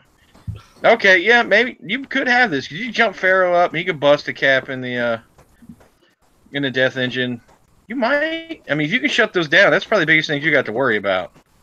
I mean, plus the gigantic stompy rat. Shock proofs. Yeah, you just dance around those. They're fine. How scary can they be? Excuse me while I go in the corner and cry. They've hurt me so bad. Really, I'm worried about the hack paws. I mean, Mark is saying their praises for so long. Right. I was like, how has no one said anything about the hack paws yet? Because how are we gonna? At least he's taking regiments. Right, I'm looking at a list. I haven't been watching Mark. I assume Mark is just angrily drinking right now, like hack paws, fucking hack paws. They made him better. I don't know. Make him good. I'm gonna have to go with my boy Jake, just because, like I said, he's out of Mid-Atlantic. I know he's gonna be rocking them salmon pants, and you know what? Somebody has to root for him. Well, I don't know, man. I think I'm gonna jump on that train real quick and make mine fast. I don't like this Ratkin list at all. I think it's just so one-dimensional that you're not gonna. One-dimensional lists do not catch experienced players out like that. There's one way to play this list, and you're not gonna have any tricks. So once it gets on the table, he's gonna have a turn, maybe 2 if he's lucky, and Jake's gonna do what Jake does, and he's gonna get that surprise gotcha in there, and it's just gonna unravel from there. I really do think that not only is Jake gonna win this one, he's gonna win it at least decently big. I'm thinking, you know, he's gonna get a win plus he's gonna take the attrition. So. Yeah, no, I'll go there. I think it's like here are my death engines. Let me shoot at you for a couple turns, and then did I kill enough with those before Jake can kind of do his salmon pants wilds and do his thing. But I'm with you too. Like, you know, hack paws. There's just some stuff in this rat list that I'm not a super fan of, and I know that.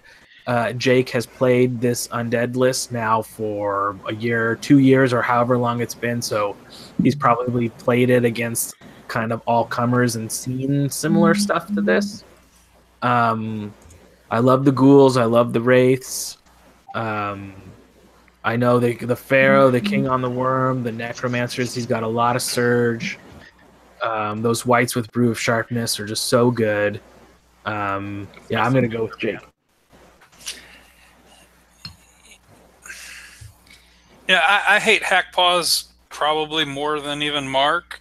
I don't love this rat list. That said, I think that the hack paws in this particular matchup have some things they can do to kind of get at and trouble and lock down some of the speed that Jake does have to get at those death engines. And 3 death engines can put out a world of hurt. I don't really know Kalen. I know Jake's a great player. But I'm going to give a slight edge to the rats here. I'm going to go with Kalen.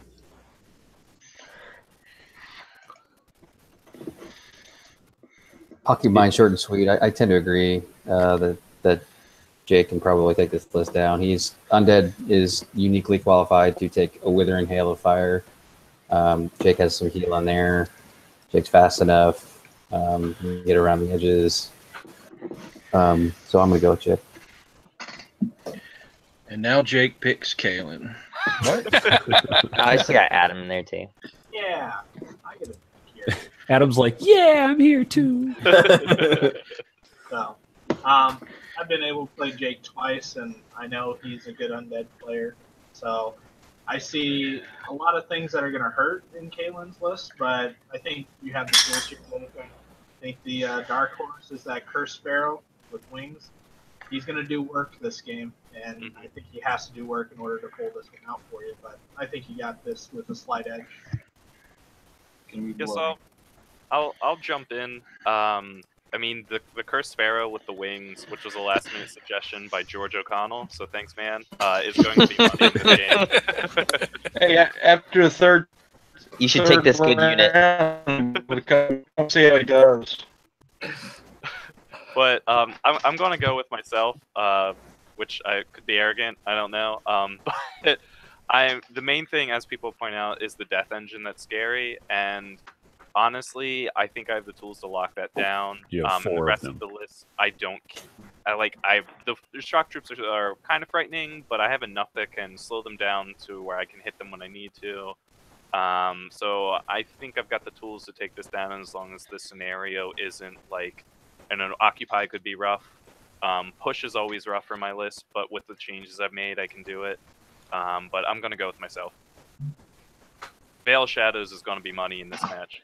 Oh, that's going to be fucking tits. That's going to be so good. And when you win, you know you have to go tell George thank you. I'll give him a hug. That's the caveat. Yeah. He's going to need it once Mr. Chapman's done. He's going to be getting butt hugs, man. I will throw this in before we go to the next table. Todd, I'm slightly inclined to agree with you. I don't love Hack Paws, but I think I see what is happening with this list with them, and I think you're right. I think he's got some little tricks with that, so that's a good eye there. I didn't want to call it out, but I think you're right. I think there's something there. Cool. So we'll jump over to table 31. Mr. Brian Tucker versus the Pacific Northwest chair, Ryan Monsell. That is a Southeast Pacific Northwest matchup. So Brian is bringing Undead. Undead dwarves, for the record. Undead dwarf. It's a great looking army.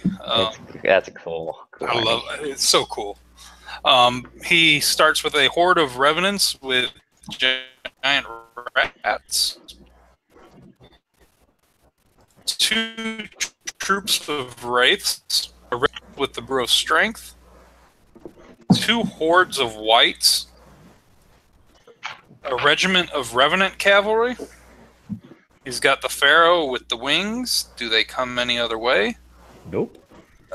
He's got a Lich King with heal, Bane Chant, and Banner of the Griffin. And he has Lady Ilona for 2250. Yeah. Todd phased out for a second right there, so just in case anybody missed it, there was 2 troops of wraiths and a regiment of mummies in there. Oh, it wasn't rape? It wasn't 2 troops of rape? Two troops of wraiths. Gotcha. Just making sure. Wow. Yikes. Razor Brand's got dark. And then Ryan's got salamanders with some ogre allies. So for his ogres, he has a horde of chariots and an army standard bearer baby. on Then he's got salamanders. He's got the primes, a horde of them with Banner of the Griffin. He's got a horde of tyrants. He has a horde of Gekata Sky Raiders with a Jar of Four Winds, which I just love this unit here. So, Ancients on Rhinosaurs. He's got a horde of them with Caterpillars. He's got 3 Mechalodons. He has a Clan Lord that's mounted with Blade of Slashing, Mage Priest with Martyr's Prayer and Inspiring Talisman, and a Clan Lord on Drake with Wings and Levitation Boots. Again, I just don't get the army standard bearer on a chariot. I'd rather have a boomer sergeant that can do something. Personally, I don't really care if the chariots blow up. It's just 265. Like, you're gonna get money out of them ahead of time. I mean, I like the rest of Ryan's army. I don't see the point in the allies on there. Brian is an experienced undead player. He's an experienced player in general. I think I really like how many tools he has in this list. And, I mean, he took the countercharger last year. So, I mean, he's obviously very modest, very mediocre player. So, I gotta give this one to him. I gotta give this one to Brian, because I'm just looking at what Ryan's got here, and I don't think that Brian is gonna get picked up by any of the pew pew shooting at all. It's almost gonna be insignificant, and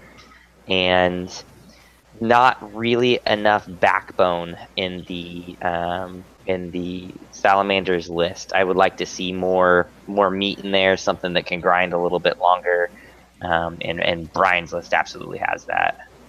So give me Brian. Yeah, I play Brian a lot, obviously. This isn't the army he wants to play. He will spend half the game complaining about how he can't bring his Tortured Souls and Gargoyles list anymore because it's not good anymore. He got nerfed too hard, apparently. So he's back to playing his Undead Dwarves. He is good with this list. I agree that the shooting is not enough to worry him. He really has to care about who the Rhinosaurs hit and who the Chariots hit, but he's got little wandering characters that can run out and poke him in the face first and then hold him up while he's dealing with other stuff. And I think he can pull it down if he doesn't get distracted with all of his whining. Don't be a baby back bitch, Brian. I believe the term is salty. Yeah, he's really salty. I'm going to jump in. I really like Brian's list a lot. 2 hordes of whites is something I've always played around with, but haven't quite worked in. And with that leaves some real openings for surge shenanigans. That said, I think Ryan's list has things that I would not particularly want to see. The Lilikodons are enough to potentially peel off Wraith troops. If he hides them, they can put on some hurt on the whites. There's heal 6 from the Lich King, but realistically that's 3 wounds a turn. That's not that much heal. It's the same amount I'm bringing in my list, but I wouldn't want to see 3 Lilikodons. And the Clan Lord on Fire Drake alongside some of these faster options would worry me some. I think it's going to be a good game, but I think the edge is to Ryan just because of the pure strength he's bringing. And why did Orion and Brian I'll jump in. Yeah. Right. We have to pronounce the B really hard while we're saying this. So Ryan Munsell. I know what salamanders can do. Like I said, I've seen Joey play, and I played a really great kid, Jacob Data, at Siege of Augusta. So I've got respect for salamanders. I don't see the point of the chariots. Why he just didn't run like Kaisner Lancers. Mm-hmm. Like I'm not seeing. I mean, I'm not a fan of the flag guy on the chariot. It's a height 3 who's going to get shot if he's not hiding behind chariots. Like he can keep up with chariots. To me, yeah. Chariot on a flag guy is a wasted 15 points. He's nimble. You can just march around with him. Right. I don't see. Like I don't see what the ogre chariots are adding that salamanders can't already get. I mean, I don't know if it's a model thing, simply didn't have the models or what, but the list in and of itself is pretty solid. Like the Rhinosaurs, the Laka Laka Laka Ding Dong Dialodons with their firebolts. Official trademark name. Right. I mean, Piercy one. I mean, they could peel stuff off, but I pretty much the first 2 turns are they're going to stare at each other. The Chariot's going to go in and try to murder something. If they do, cool. If they don't, whatever. 2 things, they're going to get surged inside the Chariots go away, and then it's just he gets to pick what he wants to hit. I think Brian will defeat Ryan.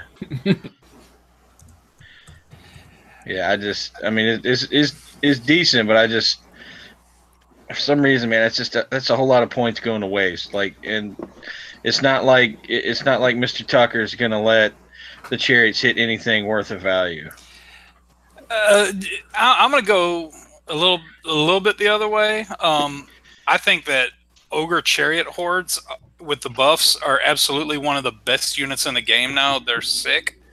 The Standard Bearer and the Chariot in the previous list that had it, I didn't love, but here he's keeping up with the Chariots. I really like Ryan's list.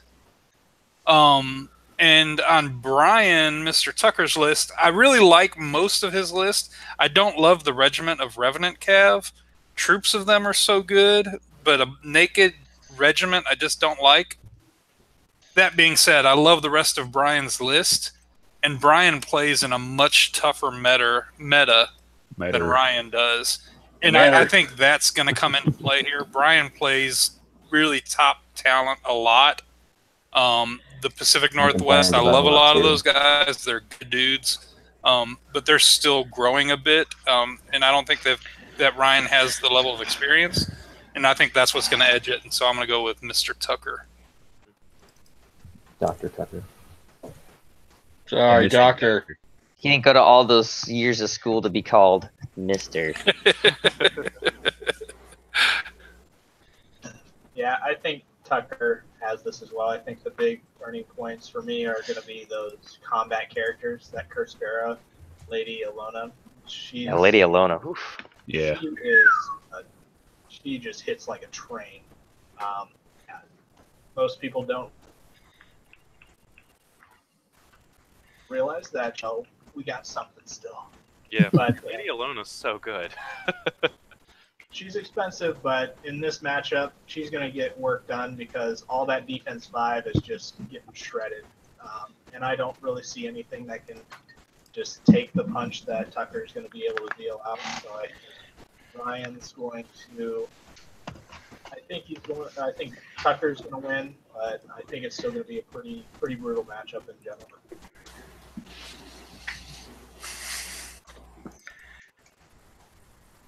Have we had everybody? I don't think I've gone yet. Okay. I think Todd brought up some interesting points. I think the Pacific Northwest and then my region West are the smaller regions, and you don't quite have that exposure. But I think that sometimes, let's say you only play one guy, but the guy you play in your basement's like an amazing player, that it's not necessarily evident the type of experience you could have based on the size of the meta that you're playing in. So, it could be that Ryan's playing against really good players, so he is getting that experience. But that is something to think about in the fact that, oftentimes you don't know how to deal with something until you've seen it. We've talked about that earlier. And if you've never seen it before and the first time you do it, a Masters event is probably not going to be like a good day for you. I like both lists. I do think the Chariots, the Ogres allies seem a little, I'm not quite sure, and that could be, I know Ryan comes to After Dark, so maybe I'll have to ask him. That could be just he has some really kick-ass models he wants to use, and that's like a fluff choice as opposed to something in-game that he wants to do. But I think those Lachilodons are really good. I like the Ancients on the Rhinosaurs. I think with Jar the Four Winds, those Sky Riders become much better. Just to kind of add in some flavor, I think I'm gonna go with Ryan on this one. West Coast bias. Yep. So I want to make sure I got this right because, like everybody said, Brian and Ryan phonetics. So for Brian Tucker, I've got Jeff, Keith, Jesse, Todd, and Adam. Sounds good. So I And picked then- the losing side of that, apparently. That's what I heard. Did I get that wrong? Did you? Sounds right. I picked Ryan. I don't know either players well enough to have any table experience. Gotcha. So Cool. So I do have a good ear. All right, let's jump into the final table. And baby. this has last year's master coming back.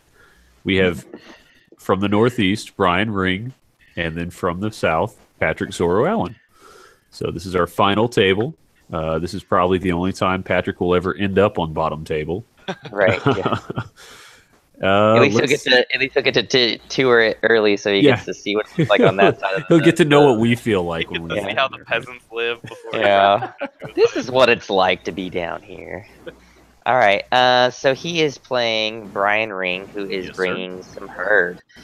He's got a horde of lichens, Blessing of the Gods, a horde of lichens with Brewer Strength, 2 Beast Pack troops, 2 regiments of Giant Eagles, a horde of Stampede, obviously, with the Fog, and then another horde of Stampede with Chant of Hate. Fog is an interesting choice. I like that Fog. 2 Chimeras with wings, a Shaman, which has Heal and Shroud of Saint, so he's going to have some big heal there, and another Shaman with Heal. He is mounted and Banner of the Griffin. All right, I've got the champion, Master Patrick Zorro Allen. He's got 1, 2, 3, 4 troops of ghouls and a regiment of ghouls. So good. He's got a regiment of wraiths. He's got 2 hordes of werewolves, one with the Brew of Strength, one with the Potion of the Catalipper. Please God, let the werewolves and lichens have to fight each other. All right. Soul Reaver Cab with the Wine of Elvenkind, not with Catalipper, as you do.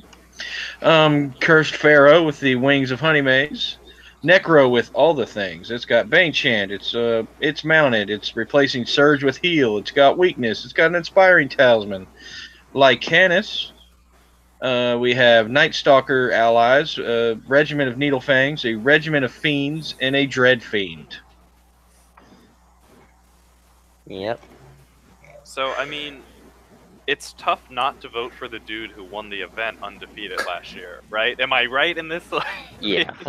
Yeah, nobody's All right, going I'm to blame glad somebody you. said it. So. Yeah. I really like Zorro's list too. I mean, all these troops of ghouls, they're gonna chap up these stampedes. Potentially can chap up the lichens.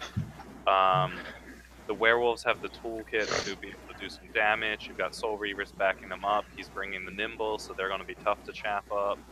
I think this is gonna be a really tough matchup for Brian, even if it wasn't Zorro running the list. And since it's Zorro running the list, I've got to give it to him. Yeah. I don't think Pat's gonna sweat this at all. There's no shooting to even do anything to the ghouls on top of it, so he's gonna be able to manipulate every single combat that he wants.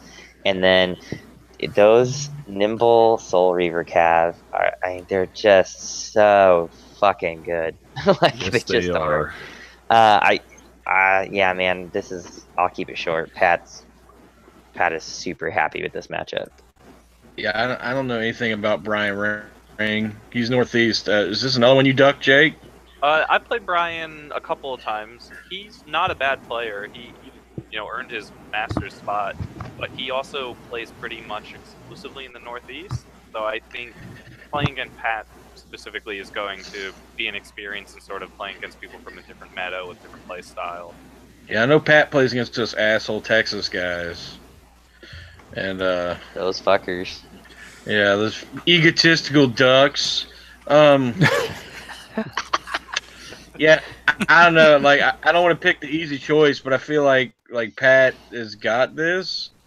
Just looking at it, like Brian, like he's got giant eagles, but the Pharaoh's just gonna jump around if he tries to do anything cute. The Stampede with the Fog, that's gonna work next round. Sorry, bro. You know, I'm just gonna be that guy.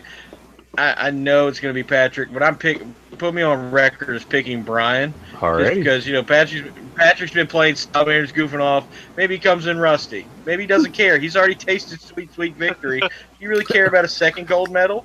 Or Pat's gonna pull a Brady and he wants all the matches. Show us how that works with your models, Jesse. With the toys. Undead. Die, hurt. Die. You see this? That's Pat putting his hands out to put them rings on, son. Pat's gonna be the lady of Kings of War.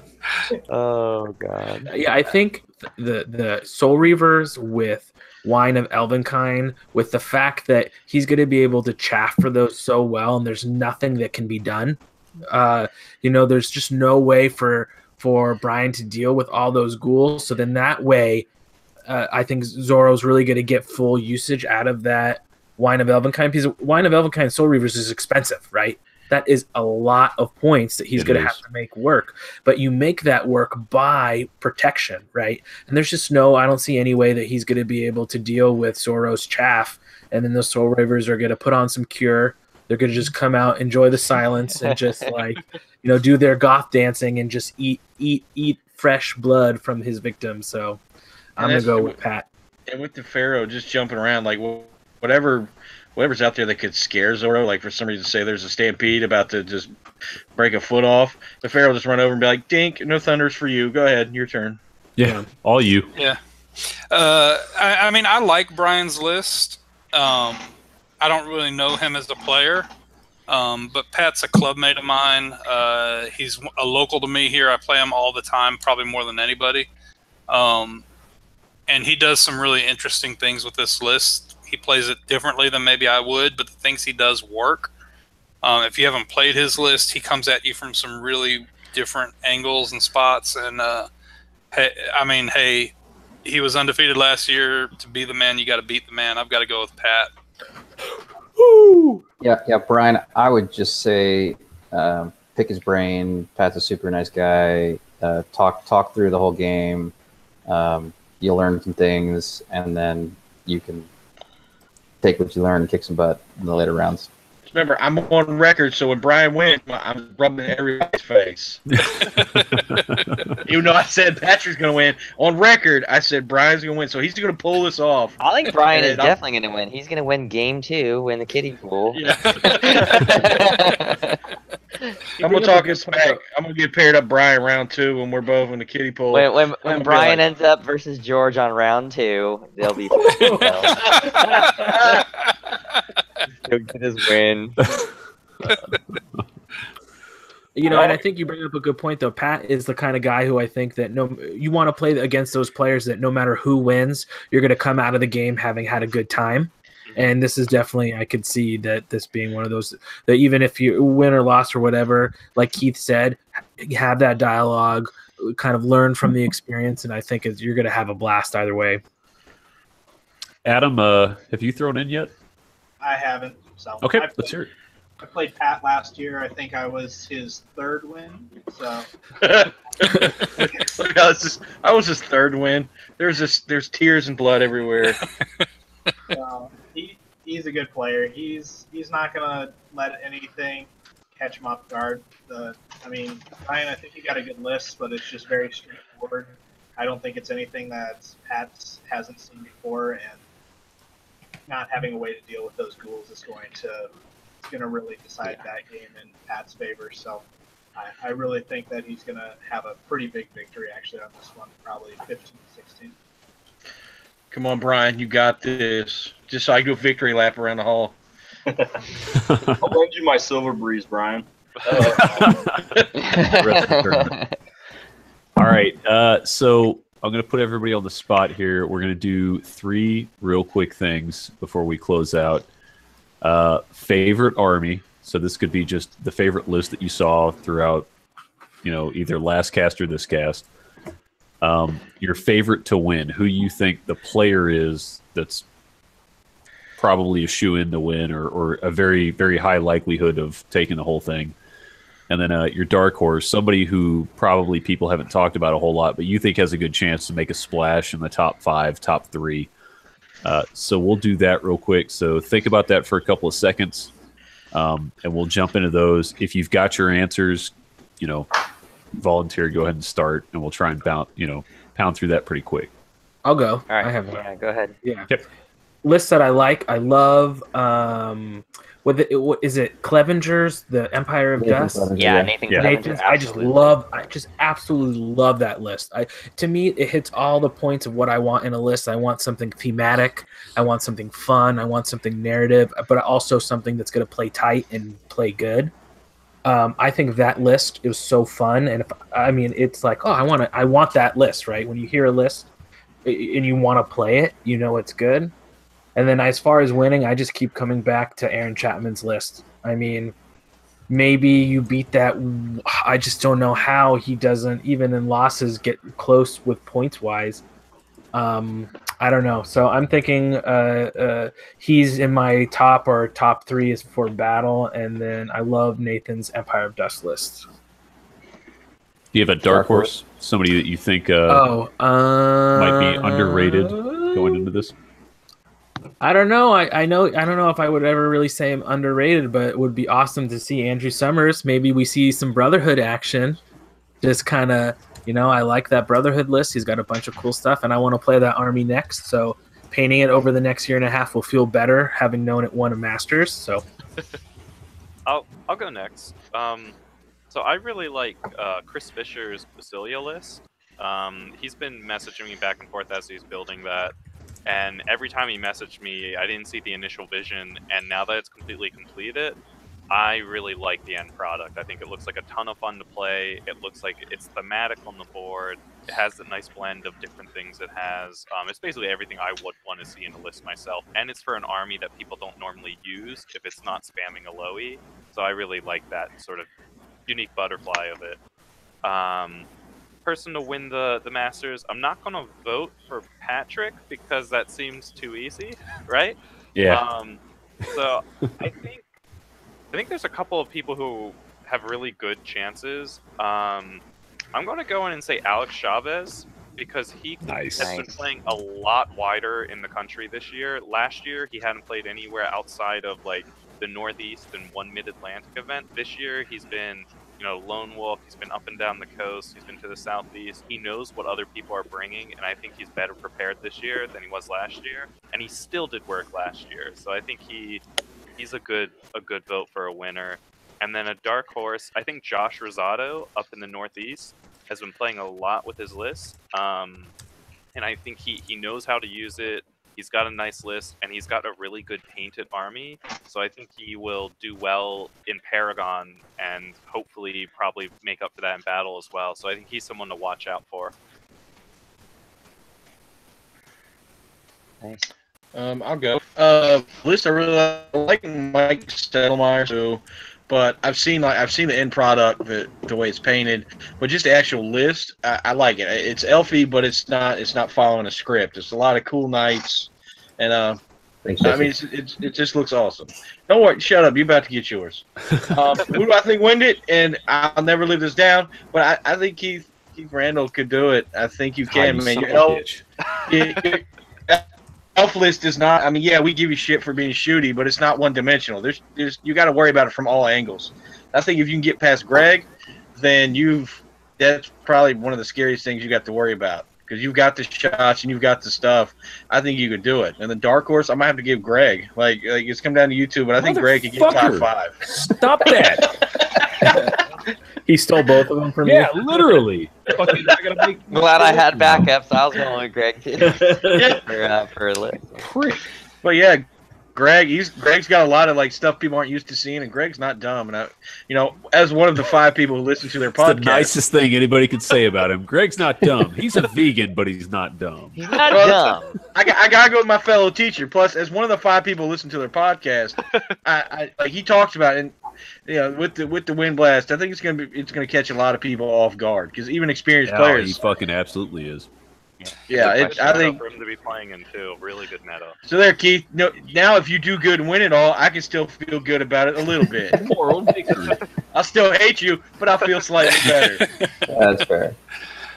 For me, list I really love. Not to just take a South player. And I normally hate spam lists, and I don't particularly care for spam flyers. But I love what Brian's doing with his MMU. Damn it. I love seeing someone doing something totally different from what everyone else is doing. And there's just so many fucking angles he can come at you with on that. I love that list. Absolutely. Dark Horse, I agree with what someone else said. I think Josh's nature list, it's kind of a riff on the lightning spam nature that we saw some of last year. But I like where he took it, adding in the centaurs and stuff. I like that list. He's a good dude. As far as my pick to win, I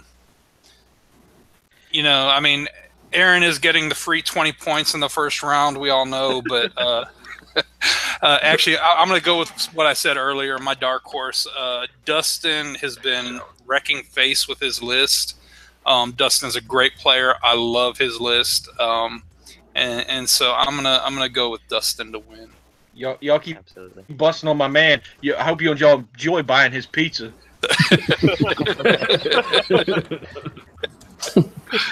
Is that because his check doesn't come in until next week? We got to buy his pizza. If anybody wants to bet $100 on George O'Connell and Aaron Chapman's list for George to win, I will gladly take that bet. I'm a school teacher. Do you take payments? Can I do 5 installments? I'll be the guy standing there waving the 100 in the air if anybody wants to take the bet. I want screenshots of all the Facebook chats. Are you talking about just straight whoever has more points at the end of the game? Like if it's an 11-9. That's how win. Period. Yeah. Okay. Yeah. Yep. All right. Ballsy. Yeah. I'll put $100 on it. All right, guys. All right, I'll go with mine because mine will be pretty slick here. I already had. I mean, I had some of those other ones, so I'll change them up. I'm going to go. My favorite list actually is Kevin Von Velt's list. Oh, it is going to be sneaky as it's not just because of my Padawan, but I mean, he's really been fine-tuning some stuff, and he has done things with dwarfs this year that most people have not been able to do. And as a year 1 player, like, super cool. And the list looks really good. He's put a lot of work into it, and it's not just all rocks like you see with everything. It's not rocks and brocks or anything like that. He's taken things that people didn't see, as good, and he's done really, really well with it this year. So he has my favorite list. If I had to pick somebody to win it overall, I mean, I don't know how you don't pick Dustin or Aaron Chapman. And the thing is, like, if I have the option, I'm going to go with Aaron. I mean, there's just I think this might be Aaron's year. It's his game to lose, honestly. And Dark Horse, I was wavering a little bit, but I gotta say, man, I was between Greg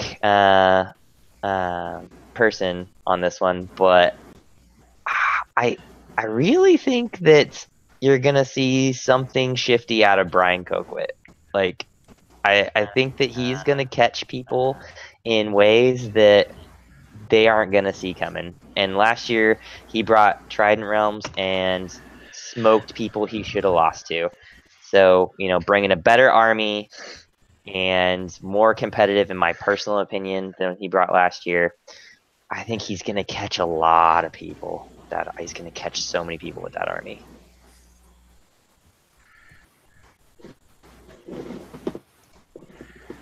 I'll jump in, I guess. I'm going to be a pretty big homer and split it as well, mostly because they're playing mirror images of each other. You can't pick I'm going to say... way too much. I'm going to go with Jeff, but Sean will be a close second.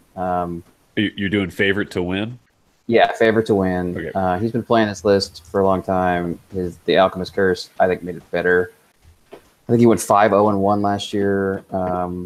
I think he can, it's spammy as hell. I get it, but people don't see it very often, and he brings out his little tokens and this unit shot, that unit shot, this unit shot, and knows what he's doing. Close second will be Sean, mostly because they play each other all the damn time. Let's see, favorite list. I'm gonna go. Favorite list is mine. No, I'm kidding. I almost went with yours, but I was like, fuck that. And you can't pick Mike Austin's either.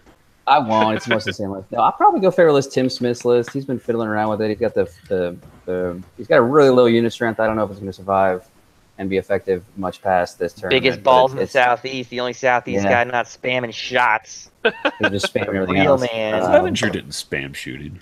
No, he has a. Brian didn't spam shots. Brian didn't spam Tucker, shots. you got 3. Tucker didn't either. Brian doesn't. And then, I'm going to go for Dark Horse. I'm going to go with the person that would be the darkest horse, the anti-hero, the Giorgio Khan. That is a dark horse. Ooh. All right, so I guess I'll jump in here. I think my favorite list that I saw out of everything was Garrett Mercier. His horse raiders that he's got with this. Such a cool list. Yeah, Oh absolutely. my god, it's cool. I love it. So I think if I was to play a list, I'd probably do that. I mean, I'm just jumping from one fast cav that can shoot to the other, but I think having regiments of them is just ridiculous. I think the guy that's going to win overall, I think, is really Dustin. His list is super solid, and it's tough to beat that list especially if you're not used to not just Surge in general, but all of those monsters that can be surged, and that idol is just. So I think he's going to win it overall. But my dark horse is sitting right next to me. You mean your list? I mean, you guys think he can't play the list? I heard that. So General Lady, best general here in Omaha. I mean, 4 different lists this year. I just can't paint, so. But you're only bringing Silver Breeze. You're not bringing Golden Breeze, and that's your biggest issue. That's all it takes to win. I mean, I'll take silver. Yeah, I guess I'm loaning him out first game for the last table to beat Patrick. So I mean. Oh, nice. All right. So is everybody gone? Think so. All right. Up to you. I'll throw mine in real quick since like 90% of them have been taken. Right, I'm left. We're okay. Okay, well then go. No, I picked already. But you can pick me to win. Oh, I can pick you. Oh, yeah. Well, I have a. He doesn't slot I pick can people from you your in. county. Right. My county's the most goodest county. We're the more better. So favorite army. I don't want to pick something that's already been picked, and this is not going to shock anybody, but I picked a rat list. Since you fuckers took all the other ones that I wanted to pick, I am going to go with Matt Schaefer. He pivoted away from what he has been doing a little bit recently, and he took 4 Vermintide, and you've got to respect a guy who can do that. So He's a solid dark horse choice too. yeah, I mean you could pivot him into there too. So that's how I get 2 dark horses, honestly. Let's see. Fuck. God. I got to go with Brian Coquit also. It's as dark horse. That's a very good dark horse list. A lot of people aren't going to see it coming, and he's going to play the shit out of that list. So I'm going to take him, even though you're going to love him while he does it. You are going to be happy while he beats you. He's so much fun, and he's so jovial at the table. Polar opposite of like playing Jeff. Right. That prick. O'Neill's really tough, isn't he? I was talking about you. Yeah. My favorite to win, and this seems a little odd, but Robert Brandon has built a list that I think does both phases of the game pretty well. he spends the first half shooting you, and he spends the second half pouncing all over your ass for whatever else he hasn't killed. So I've got Robert Brandon as my favorite to win. I think that guy's smart. He can play it well, and that list is just, God, it's fucking dirty. So It's a tough list. That's a filth list. Yeah, it is. It's disgusting and filthy, but I mean, it's Yuri legal Elves, and man. Yuri Elves. it's legal, and he's fucking playing it, and he's a smart guy. yeah. And Well, he played it Saturday in Kentucky. The only one he lost to was actually Keith. well, I had Keith in my mix, and then everybody started picking Keith, so I had to pick somebody other than Keith. Jesse picked me. That's not everybody. Oh, that doesn't count. Okay, so I can pick you too. Yeah. Please No, shower me with your accolades. give it to me. I'm so elite. Is that a 1? I'll re-roll it. So I don't do ones. that, that's kind of all of the tables, everything in a nutshell that we've been doing. I'm really looking forward to this weekend because we've been doing this for a couple of years now. We all know how it goes. It's going to be great to hang out and drink with you guys. I don't know if you guys want to throw thoughts on top of that, whatever you want to do. I'd like to give everybody a second to go with just predictions, like just kind of like a spam prediction idea. Just like, random predictions, something, like some random. Yeah. How about So top? like I'll start it, right? So my prediction is George O'Connell is going to have 4 hordes of chariots and no chariots in any of them, and no elves or Twilight Kin in the army. That's my prediction. Messed up. There will be Well, no chariots in the all-chariot army. Aaron does have orcs this time, so I mean it's not like martyrs. Yeah, right. Or fanatics we told that's down Aaron. there, We so- said, "Hey, Hey. motherfucker, you're not gonna." That's for other regions. You're better than that. I predict Fanatics will be a shitstorm tomorrow. Have fun, Todd. Have fun moderating that, Todd. Moderate the shit out of me. So, are we doing top region again this year? Oh yeah, let's do that. Yeah, We are. absolutely. Let's do the predictions for that. I predict it will not be the South. I agree. I hope don't know, I'm man. wrong. It's gonna be rough. It's gonna be rough dragging all those shitty Trident Realm players around with you guys. I predict that Jesse and I are going to make a new meme of us eating popcorn while standing behind a table with 2 people almost coming to blows. Oh yeah. That's my prediction. We're going to be eating popcorn, and that will be the meme that we'll use for troll threads moving forward. I'll bring the popcorn. Sadly, we're gonna have to reenact it because I have a prediction that I'm gonna beat Shannon by turn 5, but that's because I'll have 35 minutes left on my clock, and he will have time left. I think Southeast is the region to beat this year.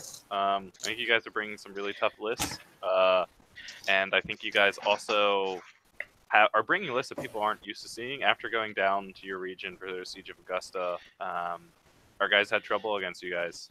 We have some plans now. We've seen it. It's no longer going to surprise us, except for me. I wasn't close enough to those top tables to see any of that, but I saw the sun. It hurt. I think Southeast is they're bringing the heat, and they're people to look out for. I think Texas is really the front runner for Paragon, though. Oh Oklahoma. yeah, I think Oklahoma. Nice. it's going to be really difficult to beat We're coming the South for you for for Paragon, Paragon. man. I'm gonna tell you.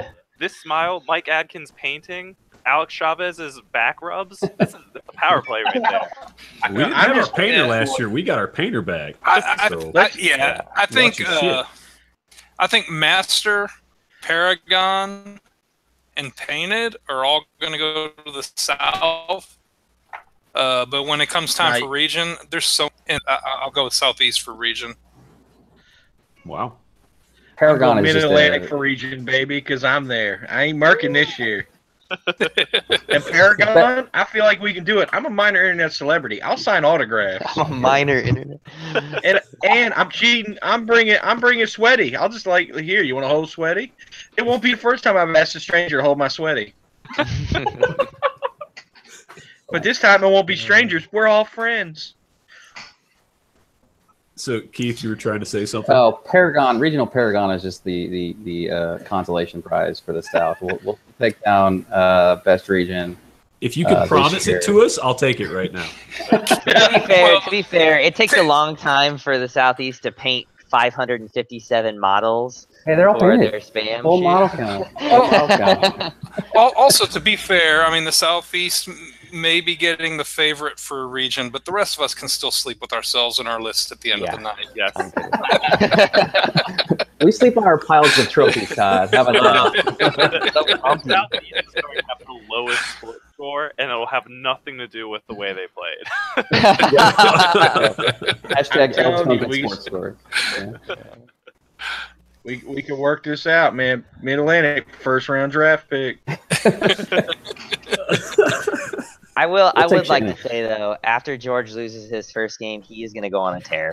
Because in all honesty, his list is just really, really good. Like it's a really solid list. It, like I said, once he gets down to those tables on, for game 2, he is going to, he's gonna come right back up real quick. So I mean, he's gonna pop a Viagra. Is that what you're saying? Yeah, I mean, it's gonna go boop, and then he's gonna get a rage boner. He's gonna find me. He's gonna hump me. I already know it's gonna happen. Plus a 0 and a 20 means in the third round he still has a favorable matchup. Right, yeah, that's what I'm saying. Like, I mean, he's gonna just run a train on game 2, game 3. It's gonna be rough. So he's gonna end up fucking. In all honesty, I mean, like we're giving him a bunch of shit and everything like that, but it's because he likes to troll too. So we're just giving it back to him. But it's all in jest. Is that what you say when it like you can get out? It's a get out of jail free card. Don't tell me like that. Right, like that's when you were joking with friends. Professionally, you always start off with, I don't want to sound racist, but like one of those statements. Right. With all due respect. With all due respect. I didn't say I respect George. I just said I think. Jeff is waving to the line right now. He's over there. Is this after dark, Jeff? Do you want to put rubber bands on your dick and pull it out? Oh, I'm thinking about it. I don't know. Licking butt hairs, and we've got rubber bands. Come on. Everybody time. Entertainment, folks. Wait, Yeah, I think skip the first like 5 hours that we did on this shit. Just watch this. I think I have models that represent the George Aaron match. Yeah, I've got. Oh, I want to see this. This is gonna be good. Okay. Give me. I've got this. Okay. Uno momento. He's like, I gotta go look for it. The artiste must Hey, prepare. Jesse, just make sure you don't grab any chariots because he doesn't have any chariot models. While he's grabbing that, I'm going to give the Midwest a little love since Chris. We've got this. I think the Midwest is bringing a pretty solid team here. We have experience playing with both teams, makers. Yeah, baby. You got it. Guys. So I think they definitely took a hit when Chris had to step in. No, had to find my dark yellow. Oh, right. Yeah, I didn't think about because Chris having to bounce out so that he could he can run it. Yeah, I mean That's a big hit. Yeah, that's a big hit. They got Carrion. Yeah, that's true. Carrion instead of Chris is a really I don't tough know what you guys person do. for like Paragon though. I mean, because he's a great guy, great. Yeah, that's he's true. a That solid knocks him in player. Paragon. Like, because this paint's really good. All right, here we go. We've got Aaron. Right, we've got Aaron's orcs, and we've got George's ninja elves. It's gonna be like da da da da da da da da da da da da da da. Turn 5.